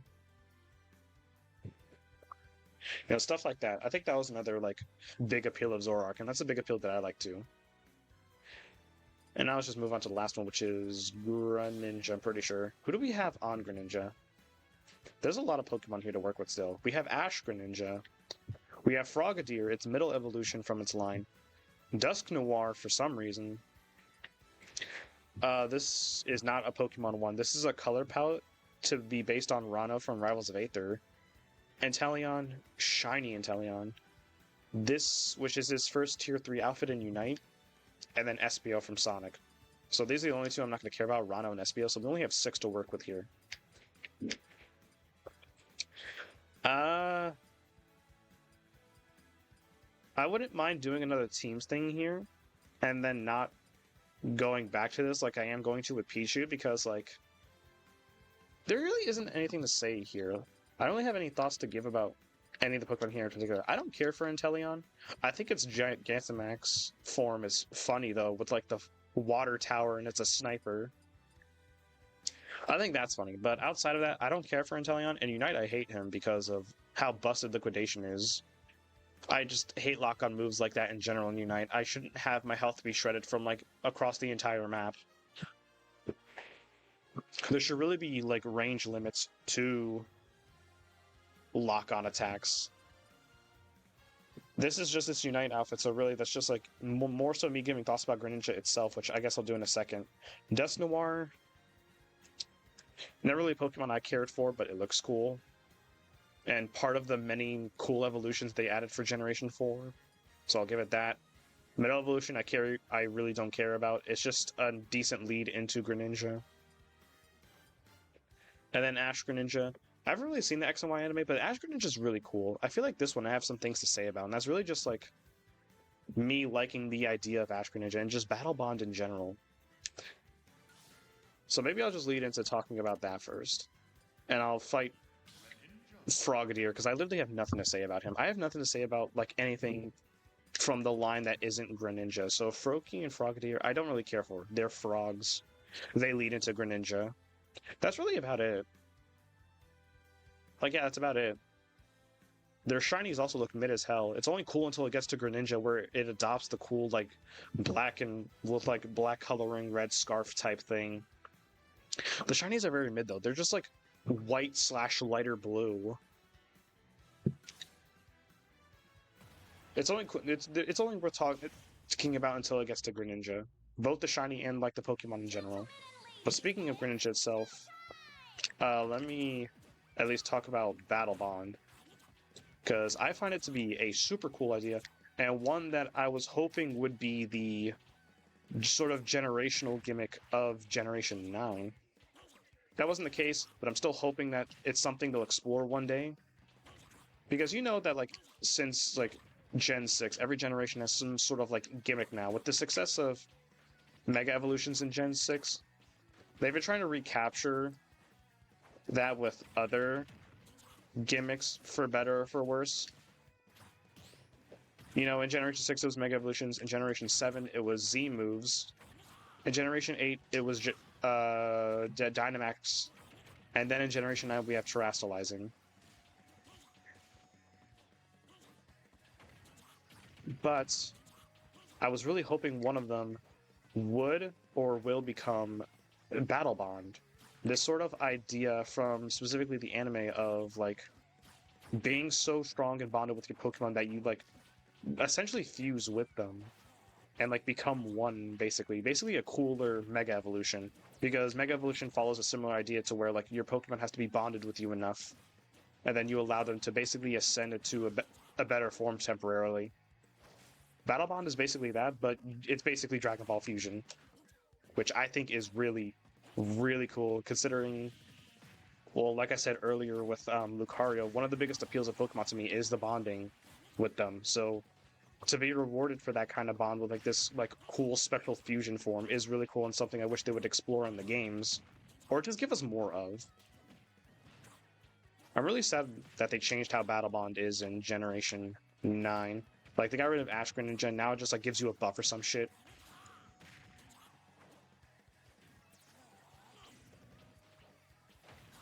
Come on. I'm ready to end this.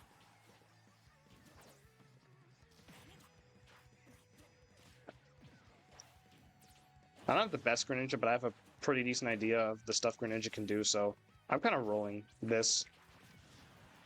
Ooh! We don't tech those, apparently. Oh my god, I read the air dodge. Okay, that works. Caught him when he landed. But yeah, Battle Bond I find super cool, and I wish they would do more with it. Show us more Battle Bond forms in the anime, or, like, implement it in the actual games as a generational gimmick. I know that would be a lot of work to do, because, like, nowadays you can customize your trainer. So to try to, like, accommodate that with the many Pokemon that are in the game, even if they do cut the decks again, there's going to be, like, around, like, 400-ish Pokemon, so I don't think there's going to be a Battle Bond for all of them. It'd probably just keep it, like, Mega Evolution, where it's, like, specific ones. How about that? And try to work with that. It would take effort, and I know Game Freak struggles to do that nowadays, but I think it'd be extremely cool to like, implement that. Because I think, like, encouraging the bond between trainer and Pokemon is, like, the biggest appeal of Pokemon, and a direction they should, like, focus more on. But anyways, that's enough of specifically Battle Bond. I guess I'll talk about specifically Greninja. What else do I have here? Oh, we have Dusknoir, because I have nothing to say about Dusknoir, except I'm curious to see how its moveset looks in this. Like, how does, like, up tilt and shit work? Stuff that uses, like, the tongue, which is only up tilt, I think.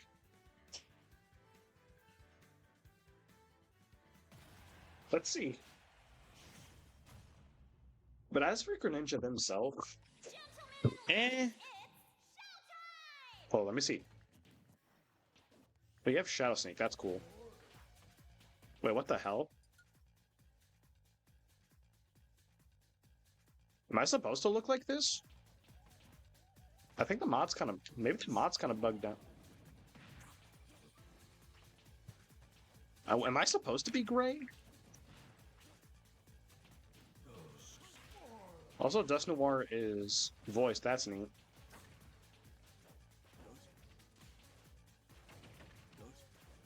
You tech those. Yeah, why am I gray? Is it supposed to be like that? I don't know. I don't think so. I think this is the color. Yeah, this is the color with the outfit. This is weird. Wait, is the cape gray too? Is this intentional then? Yeah, the cape is like grayed out. You can see in the render it's much more vibrantly blue. To match how it looks in Unite. I think this is intentional then. Weird. Very weird, but I kind of like that. Okay. But anyways, my thoughts on Greninja itself. I don't see the hype too much. Like, I get it. Cool looking water ninja. That's something. But I don't really care for Greninja. He doesn't have like a very special thing similarly to like, say, Lucario or Zoroark. And I get that he's a starter, so he's not really meant to, but he has the hype of those kinds of Pokemon. But he doesn't really do it for me. It's almost like it almost feels like a bit generic to me how Greninja like looks. And I feel like a lot of that popularity is just because he was added to Smash and just looks cool. But I feel like that combination led to him being so like popular, and I kind of went over that when like hunting for a Froakie. How like Sakurai just picked Greninja because he thought he would be popular, but I feel like it just ended up becoming a self-fulfilling prophecy where he became popular because of his inclusion in Smash, rather than Sakurai being right.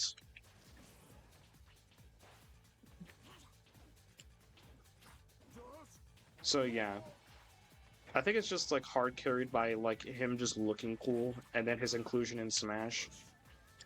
And then because of this like gaining popularity, he became like the chosen starter for the anime, unless that was decided ahead of time, who knows. Holy. But then that also led to Greninja's popularity.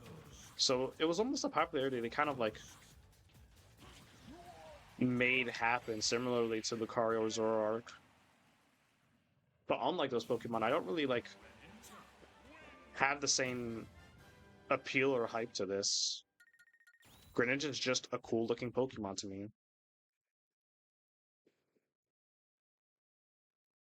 And like, yeah, that's really about it. Like, obviously, like if we're gonna talk about like Gen 6 starters, you know who I'm a fan of because it's literally my favorite Pokemon, like period. And then I don't care for Chestnut. As for the Unite outfit specifically, it's kind of mid for a tier 3. It's only really like a cape and a hat. The effects look cool, but I don't think it deserves to be a tier 3. Greninja's other tier 3 is much cooler. But anyways, Pokemon I have even less to say about. Inteleon. I just don't care for Inteleon. Actually, I just sure don't straight up like Inteleon. I don't like its design. It's like way too like lanky and I'm like skinny and I don't know what it's trying. I don't know what it wants to be other than like sort of inspired by James Bond, I guess. Kind of has that. Like Inteleon kind of has that like spy agent type vibe, kind of, which I guess is kind of cool. And I like that, like it has a sort of like sniper theme to it with its signature move Snipe Shot and with its Gigantamax form. That's really the best thing I can say about it, though. Design wise, I don't like it, and in terms of like the Pokemon itself, I hate its previous evolution or its pre-evos. Drizzle or whatever it's called is okay. I find it funny more than anything because it just looks so like emo. That's really the most positive thing I can say about it. Sobble I just straight up fucking hate because it just keeps on crying, and that's like its sort of like thing. So I just straight up hate Sobble. Like, I don't know who wants a crybaby Pokemon. Apparently some people do, but I'm not one of them, obviously. And then for Inteleon itself, again, not the biggest fan of the design. I guess I could see, like, the appeal of it and see how it could be neat in some ways, but I just don't personally really like it that much. And then, like, in terms of Inteleon in gameplay, well, I never used Inteleon in the actual games because, you know which starter I'm picking. So then, all I can really say is after that is how they are in games outside of that, which the only experience I have with Inteleon outside of the actual games is Unite. And like I've already said, I hate Inteleon in Unite. Snipe Shot is busted. Not Snipe Shot. Fucking Liquidation is busted. And really, yeah, that's just really about it. It's mainly just because I hate Liquidation. Snipe Shot, like, hurts really hard, but most of the time they're not going to hit it because it's hard to hit Snipe Shot. And then, like, I just don't like the mobility it gets along with Liquidation with the other move that I forgot the name of. So yeah, not a fan. Probably one of my least favorite water starter. Is it my least favorite, actually? Let me think here. I would say I like Blastoise more. I would say I definitely like Feraligatr more. I'm a Feraligatr fan. I definitely like Swampert more. I definitely like Empoleon more. I definitely like Samurott more. I think Samurott's pretty cool. Who's Gen 6? Greninja? Yeah, I definitely like Greninja more. And then Gen 7 is Primarina. Yeah, I definitely like Primarina more. I think Primarina is pretty cool. Oh, that's a cool thing.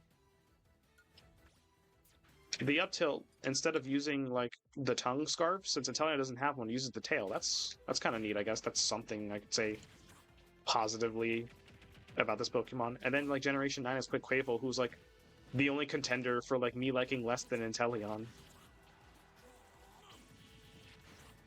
But even then, at least it has a nice like secondary typing and fighting and a cool signature move in Aqua Step, which I think is cooler. Yeah, I'm sorry, I'm losing my words. Because it's just a cooler move to me. I think it's just a funner move to me. And it has more utility in being paired with its signature move, not signature move, sorry. Its hidden ability, which is Moxie. So if you get a kill with Aqua Step, you get an attack boost from Moxie, and then you also get a speed boost from Aqua Step itself, which I think is really funny. So honestly, I'd say I like Quaquaval more too. So yeah, Inteleon is my least favorite water starter. I just don't like him, and like Unite just made it worse. If you're an Inteleon fan, why? I'm kidding. I guess I can see why people would like it. I'm just not one of them. And if you disagree with me, I'm sorry. You're just gonna have to deal with being wrong. I'm sorry, Chief. It's just the way it is. I'm kidding. No, I'm not. Okay, I'm actually kidding. I just really don't like Inteleon. Really, Gen 8 didn't have the best set of starters. It gave me Cinderace, which I'm very happy for, but Rillaboom is neat. That's all I can really say about him, and I just straight up don't like anything about Inteleon or the entire line.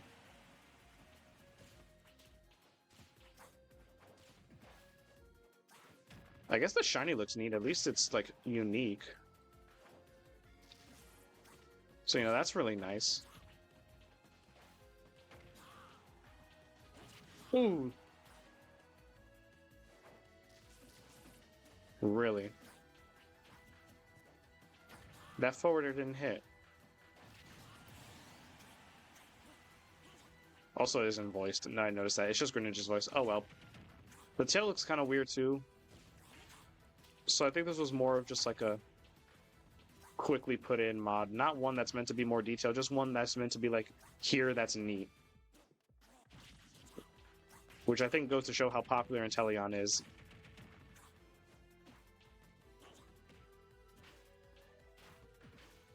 But like, real shit though, if you're an Inteleon fan, like, actually, like, why? I'm sure you have your reasons, and I can see the reasons why, but like, I want more in-depth reasons.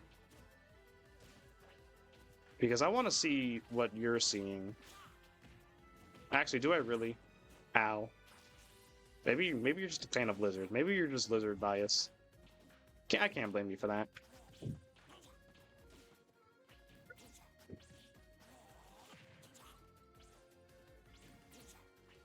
Ooh. Okay, there, we're done. I don't care for Inteleon, let's just get that out of it.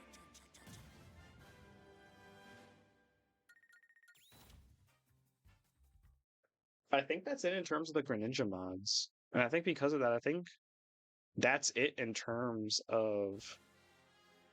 Oh, shit. I kind of forgot we skipped someone.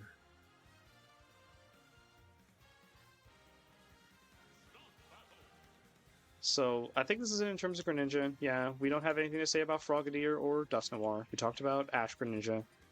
Talked about Inteleon as much as I could at least, and then talked about Greninja itself. So that's it in terms of the actual Pokemon characters. Again, Incineroar was already looked over, so was Pikachu, so I'm just like... I'm either not going to look at them today or just going to keep it brief. And then we looked at everyone else. We looked at Pichu, we looked at Jigglypuff, Mewtwo, Lucario, Greninja. There's someone I skipped, though. Yeah. I think first, though, I need a second. I really want to find, like, something to drink here. I'm feeling like I feel my throat drying up. I need to use the bathroom still, too. I thought that would have been avoided by me not drinking during the stream, but I guess it's just unavoidable anyway that my weak bladder strikes again. But I think it's good to get, like, a quick, like breather in, because, like, there's a lot of Pokemon going on here, so just sit back, take a bit of a breather from Pokemon, and then we'll be back with Pokemon Trainer, I guess. I will be back with some water.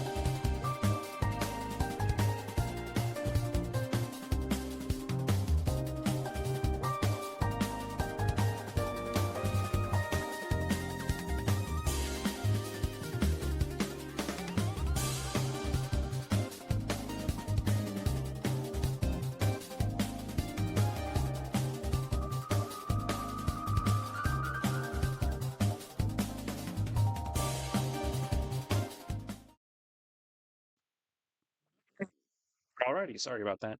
I needed a few more minutes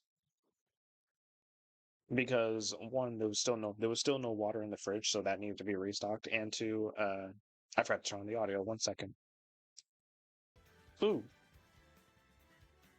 And two, need to help my grandfather with something.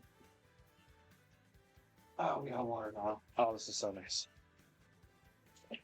Mm, I feel refreshed already.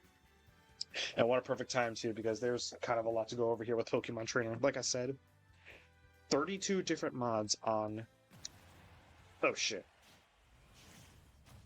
I guess I'll start with this. 32 different mods on one character alone. Each trainer is different on all 8 slots. And then each Pokemon is different for Squirtle, for Ivysaur, and then for Charizard. So that's 4 per character slot. And so I guess we'll just start with like in order. We'll just put the CPU on a random like Pokemon and then we'll just focus on ourselves. Starting with this one, obviously the trainer itself being Wes from Pokemon Coliseum. And then we have Wartortle, Grovyle, and then I believe oh that spiked for a second. And then we have Clone Charizard from the Mewtwo movie. Hold on, could I get I'm trying to run forward into up smash, but weird. I could have sworn that was more confirmed, or maybe I'm just mistaking it for Smash 4. Because I haven't played much Pokemon Trader.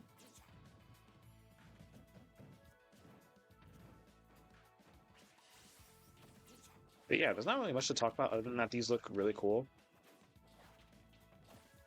Are these voiced? Nope, still Squirtle. Nope, still Ivy. Looks cool though. The leaf effects.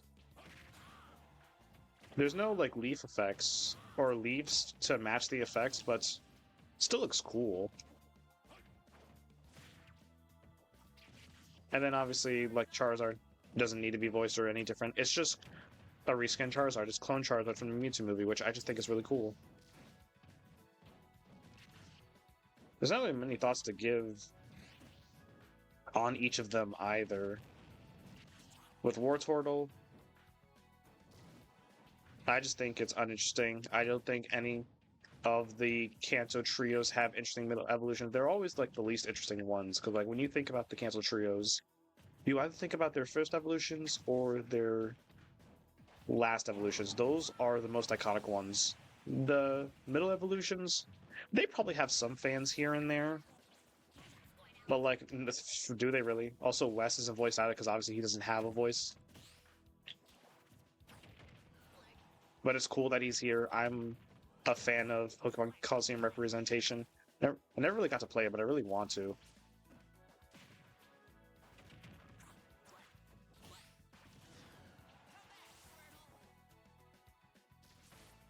I tried to do it down here. Oh.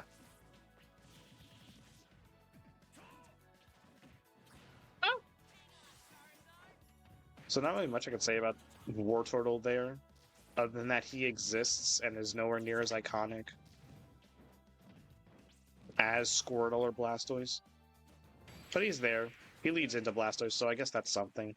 Grovyle, I can't really say much about, other than that, I like Grovyle. Even being as, like, Fire-type biased as I am, I can always appreciate other starters, and the Sinnoh starters are a great example of that. Sinnoh has a baller set of starters, I will admit that. Even the middle evolutions are pretty neat, even if I don't care about them too much either. It's always about... With starters, it's always about either the first Evo or the last Evo. Very rarely it's about the middle. The only time where it is about the middle is... I've been saying Grovyle this whole time, haven't I? I meant Grotle! Oh my god! I meant to say Grotle! Oh my god, look, you get it. Middle evolution grass starter.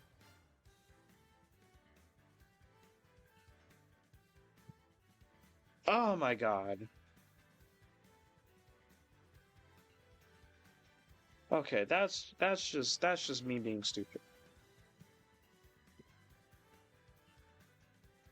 Oh my god. Guess fuck. Grodel. I'm talking about Grodel, the Turtwig line. Fuck me. I'll go to Kalos normal. I'll just go to normal Kalos. Let's do some stage variety. Oh my god, I've been saying the wrong name this whole time. I've been confusing it with Grovyle, the middle evolution of the Trico line. Motherfucker. But yeah, Grotle is the one that I'm talking about. And my god, okay. Now that I got the name right, let's get back on track.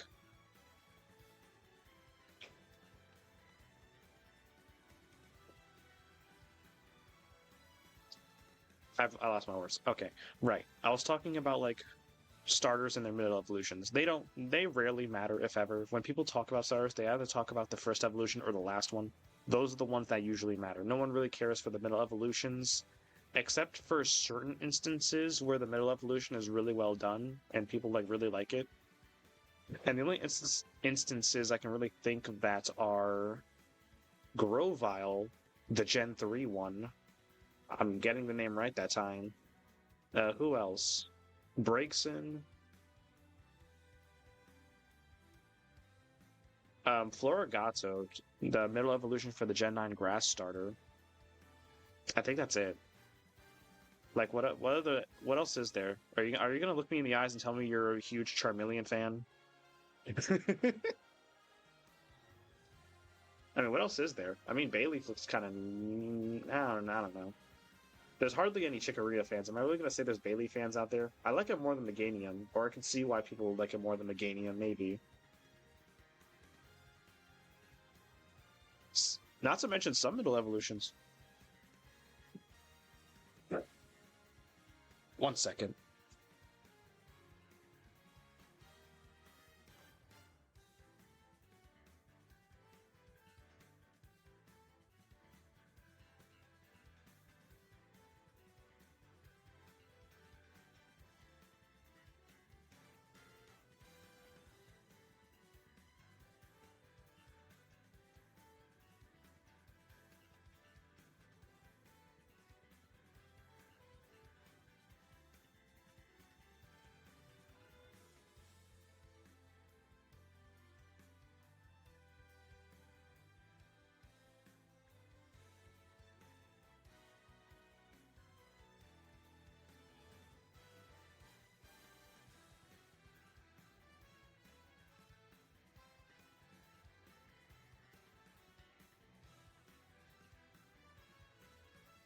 Ooh, sorry about that random phone call.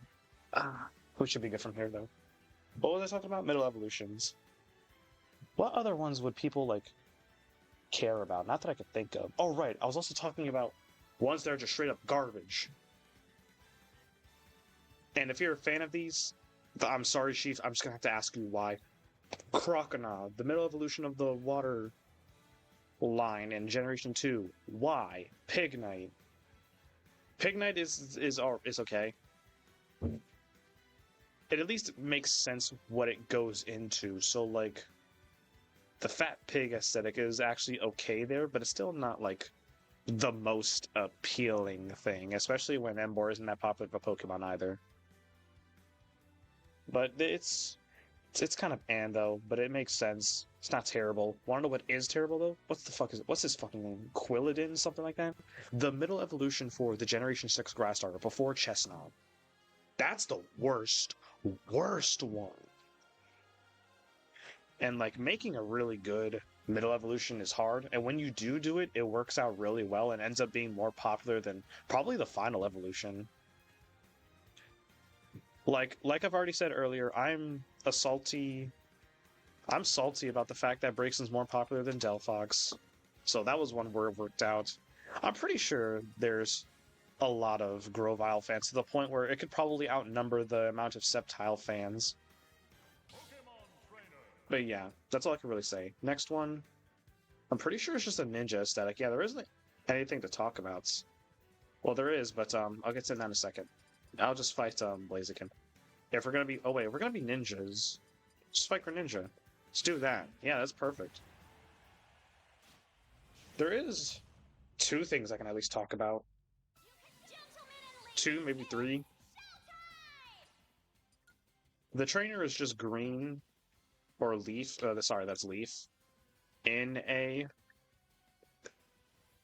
sort of like, I guess, more Japanese traditional. I don't even know what that is actually. Ninja-y outfit. I'm just gonna call it that. Now, what I meant to know,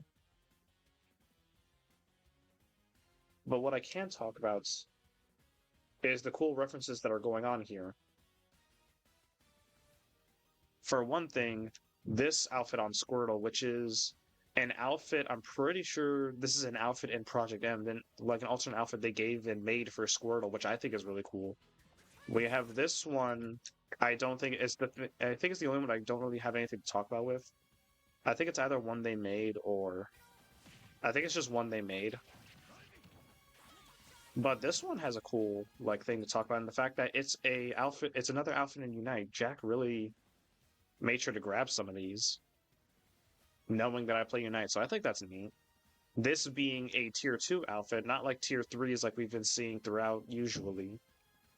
On that note, when they add Delphox to Smash over Zelda, I hope they add Delphox as tier 3. That would be really cool. I wish they did that for Cinderace too, but I think the Cinderace mod was made before Unite was a thing, so I can't blame them for that. Same for Blaziken. But this outfit is a tier 2 outfit. Charizard in like sort of like samurai armor.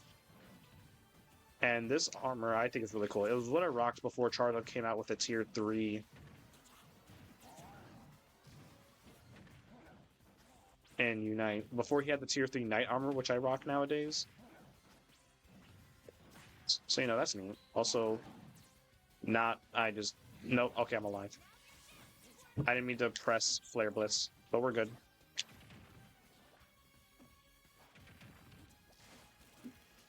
Oh my god.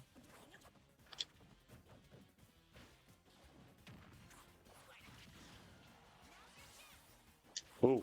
Oh, no, you don't. Why? I hate Ivysaur. Why? Why did you not grab the ledge? Why did you not grab the ledge? I was right there. Was it because I was facing away? Can you not grab it facing away? Come on, man. It's right there.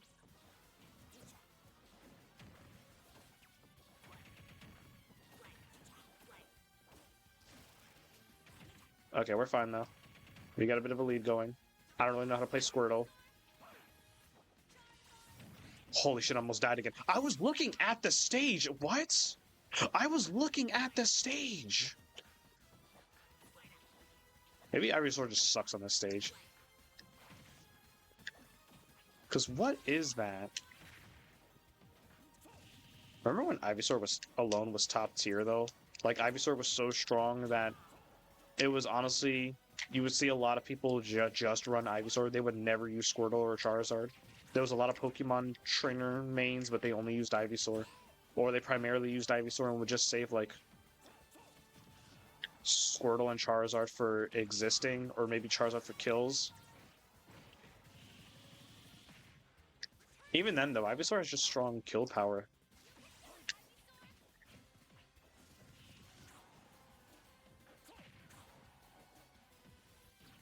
You probably see a lot of Squirtle. Squirtle was also really good. But Ivysaur was the strongest, though. They had to down to an Ivysaur pretty hard. And nowadays, you don't really see this character anymore. And when you do, it's more of a niche thing rather than, like, a standard thing like it used to be. I think it's really interesting to see, though. Seeing a good Pokemon trainer player, especially with their Squirtle skills, Squirtle is probably the most interesting of the three. Even though, in terms of, like, what I play or how I play Pokemon Trainer and, like, how I feel about the Pokemon themselves, I'm mostly using Charizard. Speaking of which...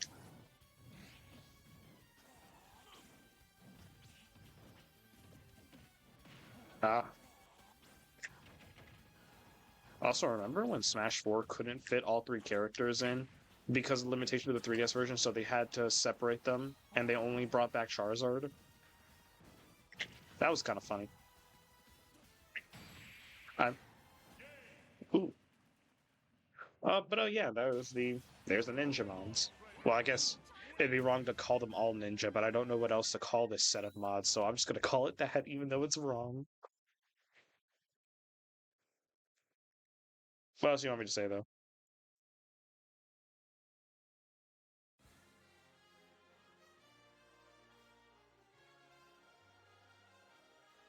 Sorry, 1 second.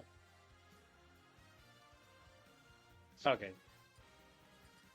I haven't picked Unova or Spear Pillar in a second, so let's do that. Actually, who's our next Pokemon? I should save Unova League for a particular one. It's not going to be this one, though. Alright, so yeah, let's do something else. Let's do Spear Pillar. There is a pretty special Gen 5 themed trio, and I'm going to save Unova League for that.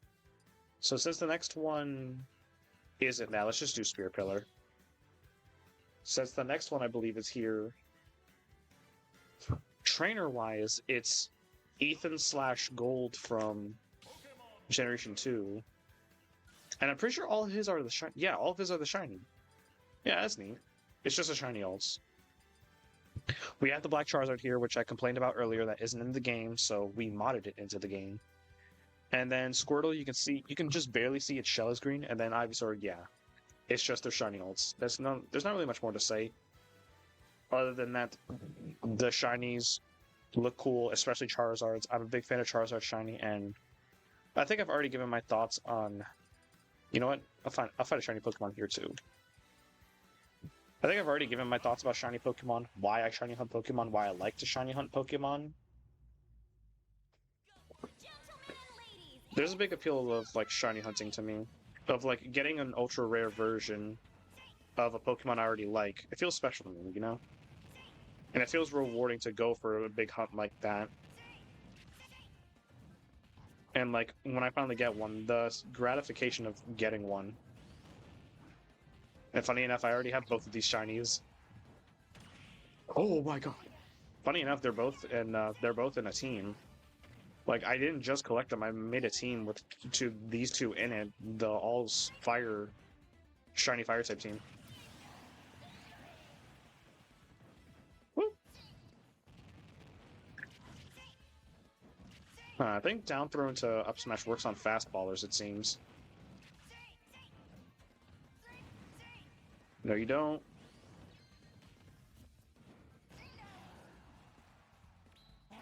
Here, get down here to be safe. It's hard to be safe with Charizard. Oh my god, Yuxi, what? Ooh? Oh.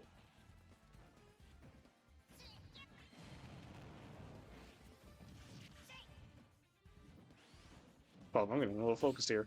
But yeah, there's not really much to say. It's their shinies. I think they look cool. I always think shinies look cool. I'm kind of biased towards that because I like shiny hunting, and I've explained why. Because I like Pokemon. I like the idea of bonding with and having Pokemon. So having and bonding with an ultra rare, different colored version of said Pokemon is very appealing to me. So I like to shiny hunt those. I only shiny hunt Pokemon that I want because I like the Pokemon itself. I never really hunt a Pokemon just to do it, unless there's a specific reason why, like convenience. Like when I made a water sandwich to hunt a shiny Vaporeon, I still had 20 minutes left on the sandwich, and I said might as well go for Marill. I don't really care too much for Marill and Azumarill. I like them, but not enough to really shiny hunt them. So maybe for more convenience reasons, I'll do it.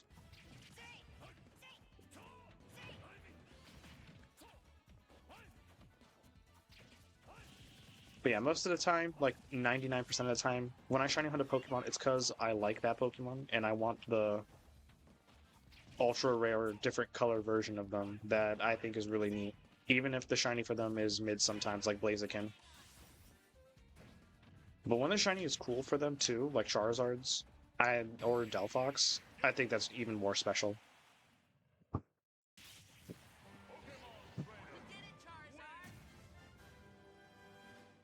Man, if only there was a mod pack that didn't make Red's voice so ass. Probably just make it the voice from. There's probably a mod pack out there that just makes it the voice from Brawl, because like Pokemon Train's voice in Brawl was way better than this. Is the next one the Unova themed one. I think it might be, so I'm gonna pick Unova League. Let's see, we cover this one, this one, this one. Yep, it's the Unova themed one. So because of that, I'll also go over here. I don't know who I'm gonna fight. He's Zekrom. So yeah, for the Unova themed one,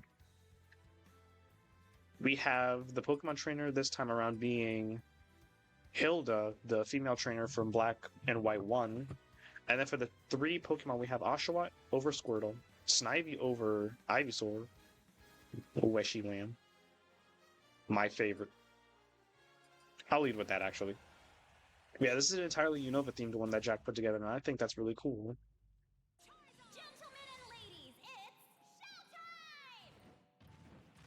Oh, let's go! This is how it canonically went in the game. Holy.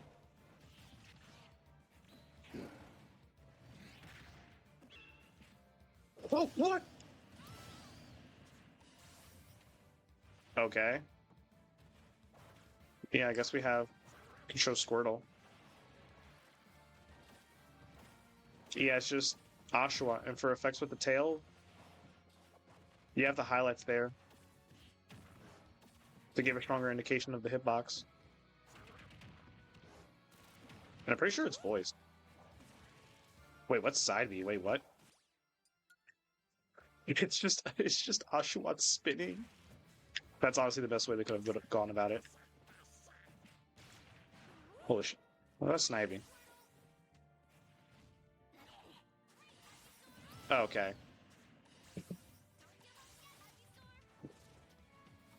Yeah, Snivy has vines. Okay. Yep. It just makes explosions. It just summons Seas. Okay. Makes sense, I guess. Oh well. The thing I like about Reshiram, though, is that the tail lights up when you do tail attacks. Oh my god, did Zekrom have different sound effects too? That's cool.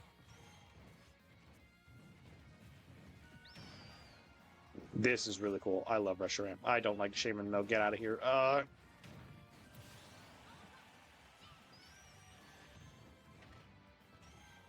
Yeah.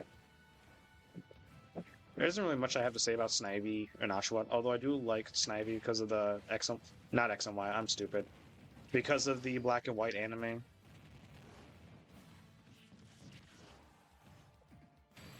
But I don't have any more time to talk about that because I'm just stay winning. And then Reshiram is my favorite legendary, just period.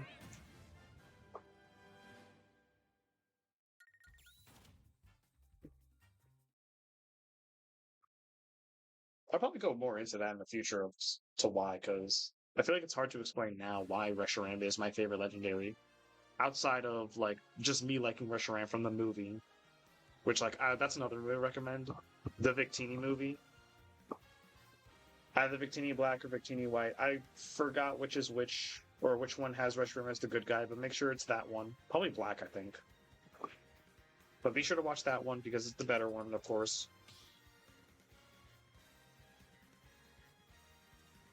But outside of that, all I can really say about Reshiram, or all I can try to explain as to why Reshiram is my favorite legendary, is the cool design. But anyways, next one. Oh, this is a more like put together one. Yeah, this is a more put together one of just like various things we have. So the trainer is Nemona, we have Piplup over Squirtle, just Venusaur over Ivysaur, and then Mega Charizard X, which is hard to see, but you'll see in a second. I don't fucking know. This feels random, so let's just fight a random character. The Poliwhirl.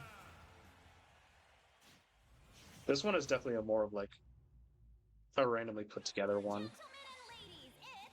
But yeah, we got Mega Charizard X here. This is really cool. I'm glad Jack included this. There was also Mega Charizard Y.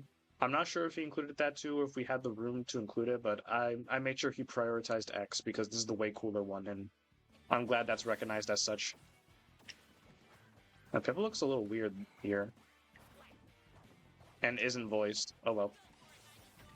And then, yeah, Venusaur. It's just considering this is over Ivysaur, like, yeah. It just looks a bit bigger. Alright, can you not? I wonder if the fire looks different. Probably not, because that would change the effects of all of them, wouldn't it? Oh my god, it has blue fire. Wait, what? Was this able to have its own effects? That's weird. I'm not sure how that works behind the scenes. How we're able to have a different effect for this one, but not for the Lucario mods. I'm sure something's going on there. Oh my god, you just like really just held that shield down. No fear. Holy. Also, I'm pretty sure this is supposed to be the next male trainer, but it's Nomona, which I find kind of funny. Like, who have we had so far? We've had, in terms of the trainers themselves, not in terms of the Pokemon they're throwing out. First was Wes from Pokemon Coliseum. Then was like a special, like, ninja-y outfit for Leaf. Then it was Gen 2 male protagonist. And then it was Hilda from Black and White 1. And now we're at Nemona, so it kind of fucked up the order here. Holy. Oh, I'm good. It's so weird hearing that voice too. I guess Nemona doesn't really have a voice. At least not yet. I'm pretty sure she's in Paldean Winds or in the anime? Is she in the anime? I don't know. I think she's going to be in Paldean Winds if she's not already, though, so maybe that'll give us a Nemona voice. Venusaur's voice, though. I really like that Charizard's effects are changed, though. I like the blue fire from its Mega. Absolutely a fan of this. I wish Charizard had more forms. I don't care about the people who are pissed about too much Charizard. There is never too much Charizard for me. Ooh, I'm at 200%. How am I still alive? Oh my god. Oh!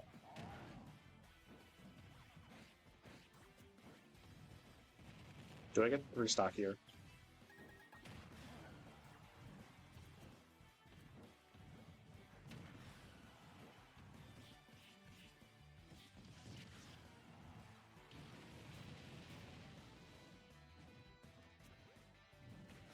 Ooh.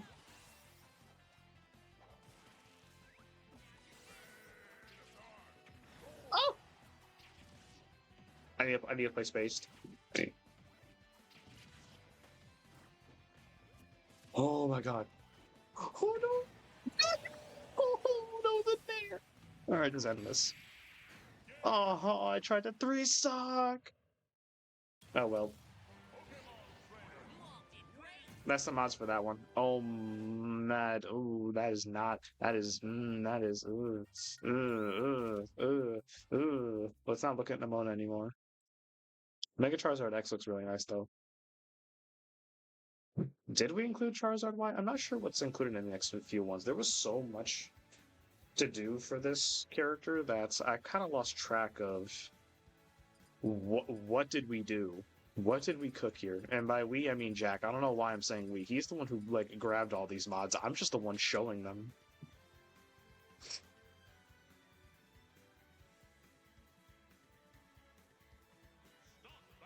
So what's the next one? Did he include Charizard Y? No, he didn't. I remember now. In terms of the Charizard ones, next is Typhlosion. Then I believe it's Hisuian. And what's the last one? Gigantamax. So no, there's no Mega Charizard Y here, but that is an available mod. But anyways, as for the next one, it's technically Legends Arceus themed. And I say technically because, well, except for the last one. Because we have, I believe her name is Akira from Legends Arceus, female protagonist of that game. Then we have the entire Cyndaquil line. We have Cyndaquil. We have Cyndaquil over Squirtle. Lava over Ivysaur. And then Typhlosion over Charizard. Although it's not entirely Hisuian themed, because this isn't Hisuian Typhlosion. That's over here in the next one, unfortunately, but the fact that we have the entire Cyndaquil line here is really cool. Oh my god, that means no matter what, I'm using a fire type. And I think because of that, it only makes sense to fight another fire type. Let's do, probably another fire starter. So I could do either Incineroar. I already fought Shiny Cinderace earlier, so let's do Incineroar. Let's do it with that mod, sure. Actually, no, let's just do normal color. I like Incineroar. So let's find another fire starter. Because now, unlike the other mods, no matter who I pick, I'm playing a fire type. This is what God intended. No matter what, I'm using a fire type. So we have Cyndaquil here. I'm pretty sure it's voiced. It is. Ignore the water forward air. Ignore the water stuff. He has a weird moveset. This one was hacked in.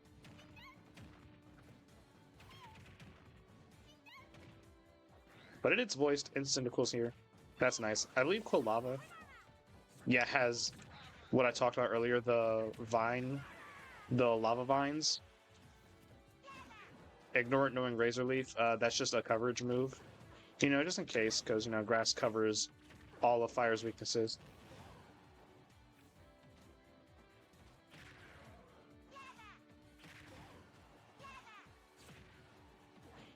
Oh my god, I'm juggling. Oh, and it knows explosion too. Oh, it's perfect. Yeah, all these are voiced. Oh, that's perfect. But what do the wings look like? No, nothing. Just wing effects. Well, I mean, Typhlosion is technically a copy of Charizard, so this makes sense. It has the exact same, like, stat distribution and learn pool as Charizard. It's literally, like, in terms of moves learned and, like, in terms of the moves it can learn and how the stats are distributed, it's literally Charizard, again. Exact same stats, exact same, like, move learn set, I think. Basically, it just differs from Charizard in design and not being part flying. What the shit? Wait, how does that side view look? Oh my god! Oh my god, that's Flame Wheel! That's so cool. It's supposed to be Flame Wheel. That's so cool. Can I not die here? Jesus. I like this one a lot. There's a bit more detail going on here, like them being voiced and stuff. And just the fact that the entire Cyndaquil line is here is really nice. Oh my god, he almost took me with him. Even with the similarities to Charizard and basically being the same Pokemon stat-wise, I'm a big Typhlosion fan. I like Charizard more, but we need some Typhlosion love out here, of course. Speaking of Typhlosion love, we are going to get that Typhlosion love. And we got that Typhlosion love thanks to what I'm looking at next, which is Hisui Typhlosion. Let's just go back to random stages, why not?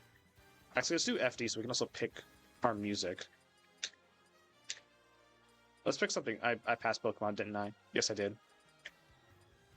Is there anything from Legend? Oh, wait, there is. Let me see. What else is from Legends Arceus? Volo, Origin, Clan Wardens. Alright, that's about it. I can't believe there's Unite music here, too. What the hell? Okay, but yep.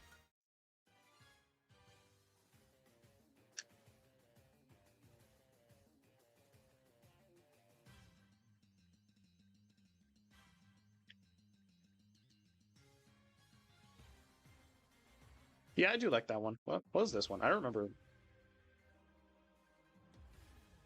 Oh my god. I don't remember the music when I was fighting Origin Palkia. Holy. Yeah, let's do that one.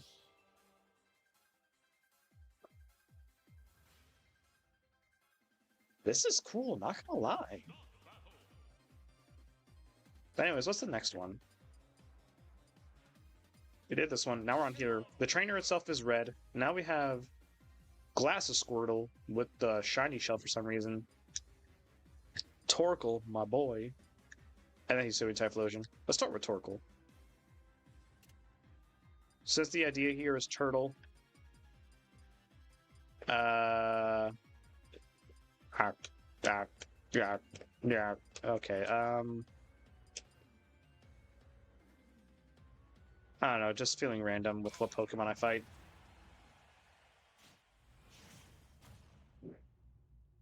It's time for Fire to learn the matchup, since he's ground, or rock ground. Don't ignore the fire breath. That's a coverage move in case the grass type. He can just learn that. Oh my god. But yeah, similarly to the lava mod, we have lava vines. I'm not sure if that's something that was ported over or something that like Jack specifically edited into one of the mods, but it's here. And I think it's really cool.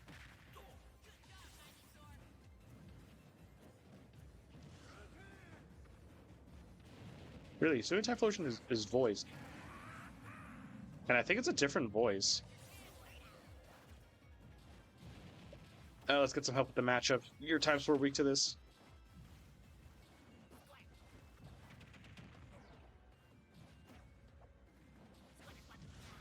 Holy shit, that killed me.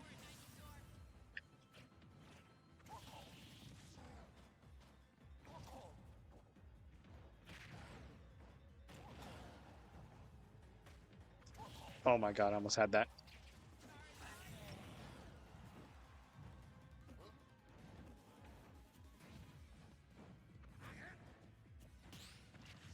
Oh my god, if there wasn't...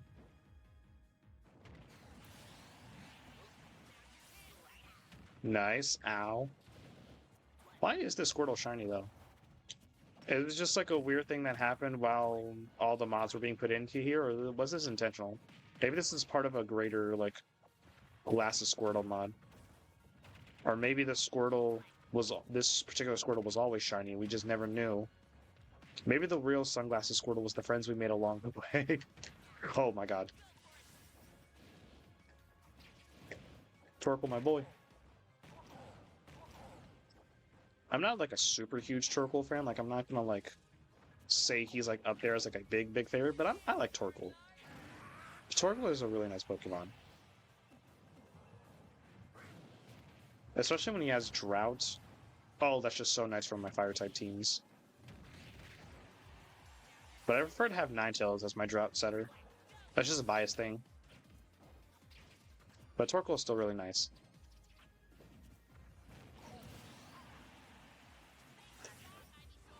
I'm dead, aren't I? No, I'm not. My DI is just... Never mind. Okay, then. I see how it is. Holy.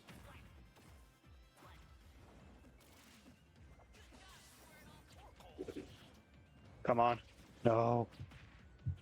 Sorry, one sec.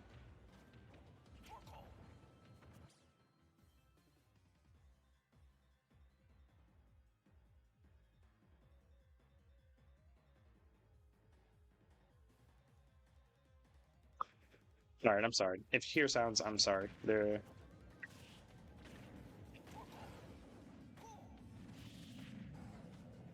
Come on, Torkoal, you got this. Keep them locked down. And down here. It's as simple as that.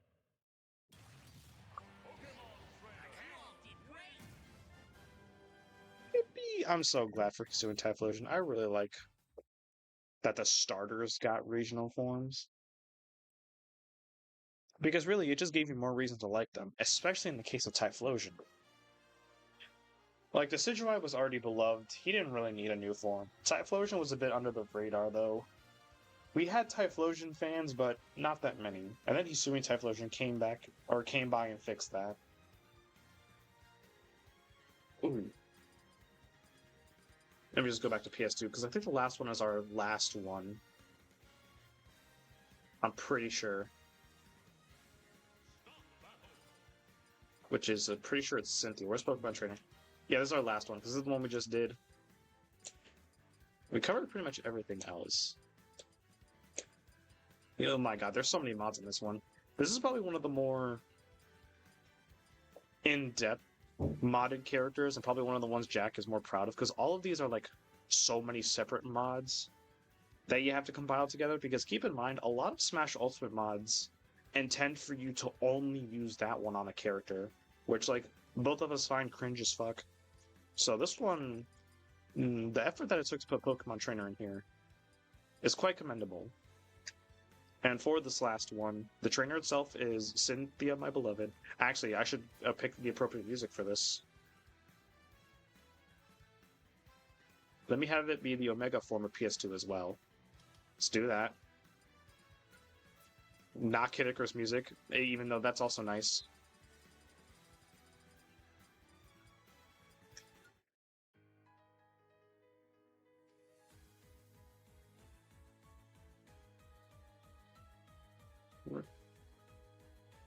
Yeah, it's not the same. I'm sorry, Master ZX, you fumbled that.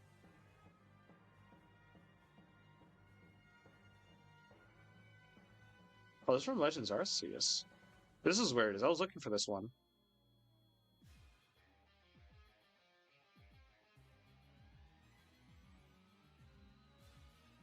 This is really cool.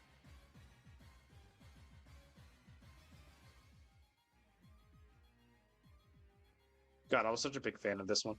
So, both the boss fight and the music during it, the fact that it's like a technically three-phase boss fight, that was so cool to me. God, I hope Pokemon does more boss fights like that, which they kind of have been doing. Like, I know Ogerpon in the Teal Mass DLC was technically like, what, 4 phases? And then even though it didn't have multiple phases, Terrapagos was a pretty prolonged fight that was very cinematic. Anyway, Cynthia. And who am I going to fight here? I wish we had a Giratina mod. I feel like that just makes a lot of sense. But as far as I'm aware, we don't have one. Let's fight... Oh, you have Regigigas. Gen 4 Legendary. Makes sense to me. And then for the Pokemon itself, outside of the trainer, there isn't really, like, a particular reference to Squirtle. It's just a cool-looking, like, ocean-colored Squirtle. I think this is really cool. It's just not a reference to anything. It just looks really cool. For Ivysaur, it's a completely new Pokemon. It's Tropius. It's not voiced either, so unfortunate to Tropius fans. Ooh, and then last one. It's a bit small and it looks a bit weird with the wings, but it's Gigantamax Charizard, which I think is really cool. Because again, I'm a fan of the multiple forms of Charizard because I'm biased like that. I like Charizard. I think Charizard's really cool. I think the other forms are really cool. And me personally, there's never too much of Charizard, so the forms are welcomed. So I like the Gigantamax form. I like the Mega Evolutions. I like not dying, so let me recover. Holy... Oh, since when did you know Flamethrower? Can Regigigas actually learn that move? I don't know. I'm not going to check right now. I'm dead. Okay, this is fine. Yeah, not much else to say about this. I already talked about Charizard. I don't have much to say about Tropius. My girlfriend really likes Tropius because she's biased for grass types. I'm a fan of the Banana Chin. And we can provide you and your friends some potassium. I don't fucking know. And there's not much to say about the Ocean Squirtle other than that it looks cool. I do like me some Cynthia, though. Easily my favorite champion. Probably one of my favorite human characters in Pokemon. Probably my favorite, period, actually. Cynthia's just really cool. And just further shows my Gen 4 bias. But, like, hey, that bias exists for a reason. Gen 4 is really cool. I do really like, though, that, say what you will about BDSP. The fact that they made Cynthia harder is hilarious to me. And the fact that you can rematch Cynthia, and when you do, she has not exactly a different team, but a different designed team. Like, for example, the first time you fight her, like, normally, I'm pretty sure her Lucario is built around special attack. Like Aura Sphere and stuff like that. But when you fight her during the second rematch, which is the one where her stuff really changes, her Lucario is now built around physical attack, and running a new held item too. I think that's really cool. And I wish Pokemon did more stuff like that. They're trying to work on, like, more difficult post-game stuff that's more, like, that feels more competitively viable, or you have to be more competitive to beat them. But I feel like BDSP was the one that did it really good. Like, if you ever want to, like, look into or play it yourself, the rematches against the gym leaders and the second rematch against Cynthia, really good fights. Would recommend. Are really difficult. I had to rely on items because I suck at Pokemon. And then even for, like, the first time you fight Cynthia, it's significantly harder than fighting her in the original games, because now all of her Pokemon are running like unique held items for their stuff. Like even in the first time you fight her, she's running off the wall shit like a Yakaberry for her Garchomp to help counter its times 4 weakness to ice. Her Milotic has a Flame Orb to self-proc its Marvel Scale ability. Shit like that. All of her Pokemon have items now. And I think that's really cool, and I think they need to do more stuff like that. They tried to do more of that in the Indigo Disc DLC, which is neat. But I don't know. I just feel like BDSP did it better. But maybe that's just because that's just coming from personal experience. But yeah, that's Cynthia, and that's the Pokemon Trainer mods. Pretty sure that's all of them. Yeah, I'm pretty sure that's all of the Pokemon we looked over. Like all of the Pokemon mods we have in this game. Some of them I want to give more time in the spotlight, like the ones we have on Pichu, like the ones we have on Pikachu, and obviously I want to get better at both Captain Falcon and Lucario because of the fire types that are on there that I like a lot. But we've at least gotten to show them, and I believe that's everyone. We did Mega Gengar and Slacking. We did Ampharos and the Shiny, I'm pretty sure. We did Mega Lucario. I believe I showed off. Did I show off Fuecoco and Raichu? I might have. If not, then they'll be seen in the future anyways. We have Fuecoco and Raichu here. We have Mew here with the Shiny. I'm pretty sure I showed this off. I definitely have showed off Captain Falcon and Cinderace. I mean, why do I keep saying Captain Falcon? What the fuck is wrong? Blaziken and Cinderace. I need to show off the Mega more, though. Oh my god, why do I keep saying that? I think I forgot to show off Igglybuff. I think that's one that I forgot, and maybe I'll just, like, beat the shit out of it for last. But we did show off Lulu and Spheal on Jigglypuff. Then on Bowser, we showed off Golem, we showed off Regigigas, and then the 2 forms of Groudon with that 4-player battle I did. We showed off both Caesar and its Unite outfit. This is another Tier 3 Unite outfit, by the way. Let me see here. We showed off Hatterene on Zelda. Didn't care too much for this. We basically covered everything on Pichu with a big 8-player free-for-all. I mean, 8-player team battle. We showed off the Decidueye and Falco. Now let's just say there. We showed off everything there is on Mewtwo. The armor, the Mega Evos, the grass types, the psychic types, all that stuff. We showed off... I'm pretty sure we showed off Ceruledge on Roy. Yeah, I'm pretty sure we did. We showed this thing. This is still so fucking stupid. It's just the sword. But yeah, we showed off Onedge on Chrom. There's no Pokemon for a while here. We showed off Guzzlord and Gengar. I'm trying to ignore all the other mods on Wario. Please just... Oh my god. That's something I'm gonna have to look at some point. We went through the huge bout of fucking 32 mods on a single character in Pokemon Trainer. There's a lot going on here, but I'm very happy with this, and Jack is proud of it too. We went over the Grafaiai and the monkeys on fucking Diddy Kong. We went over Hoopa, Bound. We went over Weavile, I'm pretty sure.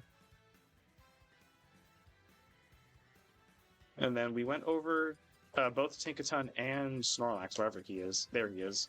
Tinkaton and Snorlax. We went over basically everything on Lucario with another, like, big, like, 8-player team match. And then, like, more, like, individualized talking about them, watching them fight, playing as them stuff. We went over... I'm pretty sure we went over Chandelure and Magneton. Yes, we did. Because I remember talking about them. We went over... I'm pretty sure we went over... the Midnight, Lycanroc, and Zeraora. Yes, we did. I'm pretty sure. Yes, we did. We went over Rosalina and the Dragapult and Gardevoir mods. Pretty sure this was another team battle I did. So that's neat. We did the weird ones here of Hitmonchan and the Red. He's just here. Or I guess Pokemon... I don't know, man. We went over pretty much everything on Greninja except for the non-Pokemon ones and the stuff I had to say about them. We went over Power Wheel and Pac-Man. I can't. I just accidentally clipped on Among Us. God damn it. Urshifu and Ryu. Did we go over that? I feel like we did, but just in case I missed it, it's just Urshifu and Ryu. I don't even know if it's voiced. I don't remember covering this. Did I cover this? I feel like I might have accidentally skipped it. Who knows? Well, it's going to be there in the future, and we have it here. Urshifu and Ryu. Wait, yes, I did. I'm pretty sure. Yes, I did. With this, I specifically did a 1v1 between this and like this in the race. Okay, so yeah, I did cover this. Okay, I'm just misremembering because there's a lot to talk about here, and my brain can only keep track of so much. We went over both Rayquaza and Zekrom, and Zekrom also has its shiny. That's cool. We went over. I'm pretty sure we went over the Incineroar stuff because Incineroar was the one exception I made last Monday with Machamp and with the alt color of Cinderace. Base Incineroar and Shiny Incineroar are still here too, so we have those. We went over Spiritomb with its shiny. That's cool, and it looks weird, but it looks funny to me. And then I believe the last one is Joker with both Meowscaradas, normal and shiny. So yeah, I believe that's it for all of the Pokemon mods we have in this. I doubt that's all the Pokemon mods that are available, period. That's definitely not the case. There's some that we're missing, like there's quite a few Charizard mods that we couldn't include because there's just too many to include. So I think we missed out on some like Mega Charizard Y, but yeah, just be like that. Oh, also, something else I wanted to point out. Last time, I mentioned the confusion of putting Mega Lucario mod on Fox, because, you know, put that shit on Lucario. So I just figured that was because there's just too much going on with Lucario, so Jack put this here so we could still have Mega Lucario. But no, that actually isn't the case. There just isn't a Mega Lucario mod on Lucario, and we're both so fucking confused about that. Because, like, this just makes sense. But anyways, but yeah, that's all of the Pokemon mods. I think I'm gonna call it there. Actually, you know, I'll do like one match of beating up Igglybuff, because we haven't gotten a chance to look at Igglybuff. So I guess we'll technically include it. There. I have literally nothing to say about Igglybuff. It's not even in Unite, so it's not like I can hate it there either. I have nothing to say about this thing. Oh, it's voiced though, that's neat. But yeah, it's just basically, yeah, it's just going to be Jigglypuff, because that's just basically what it is. It's just a smaller Jigglypuff. That's about it. We're just going to beat it up. Enjoy.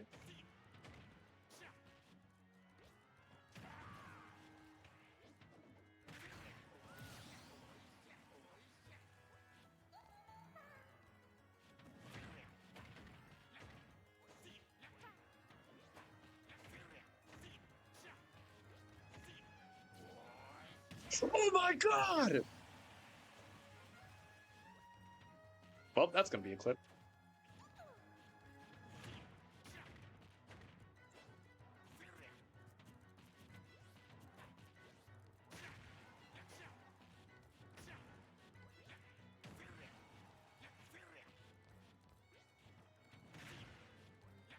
Am I about to?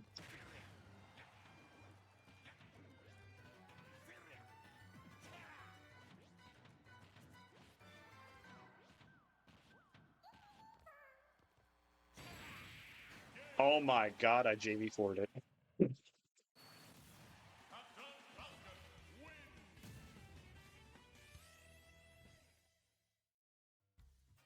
I knew I said I was just gonna beat it up, but oh my god, I didn't know I locked in that hard.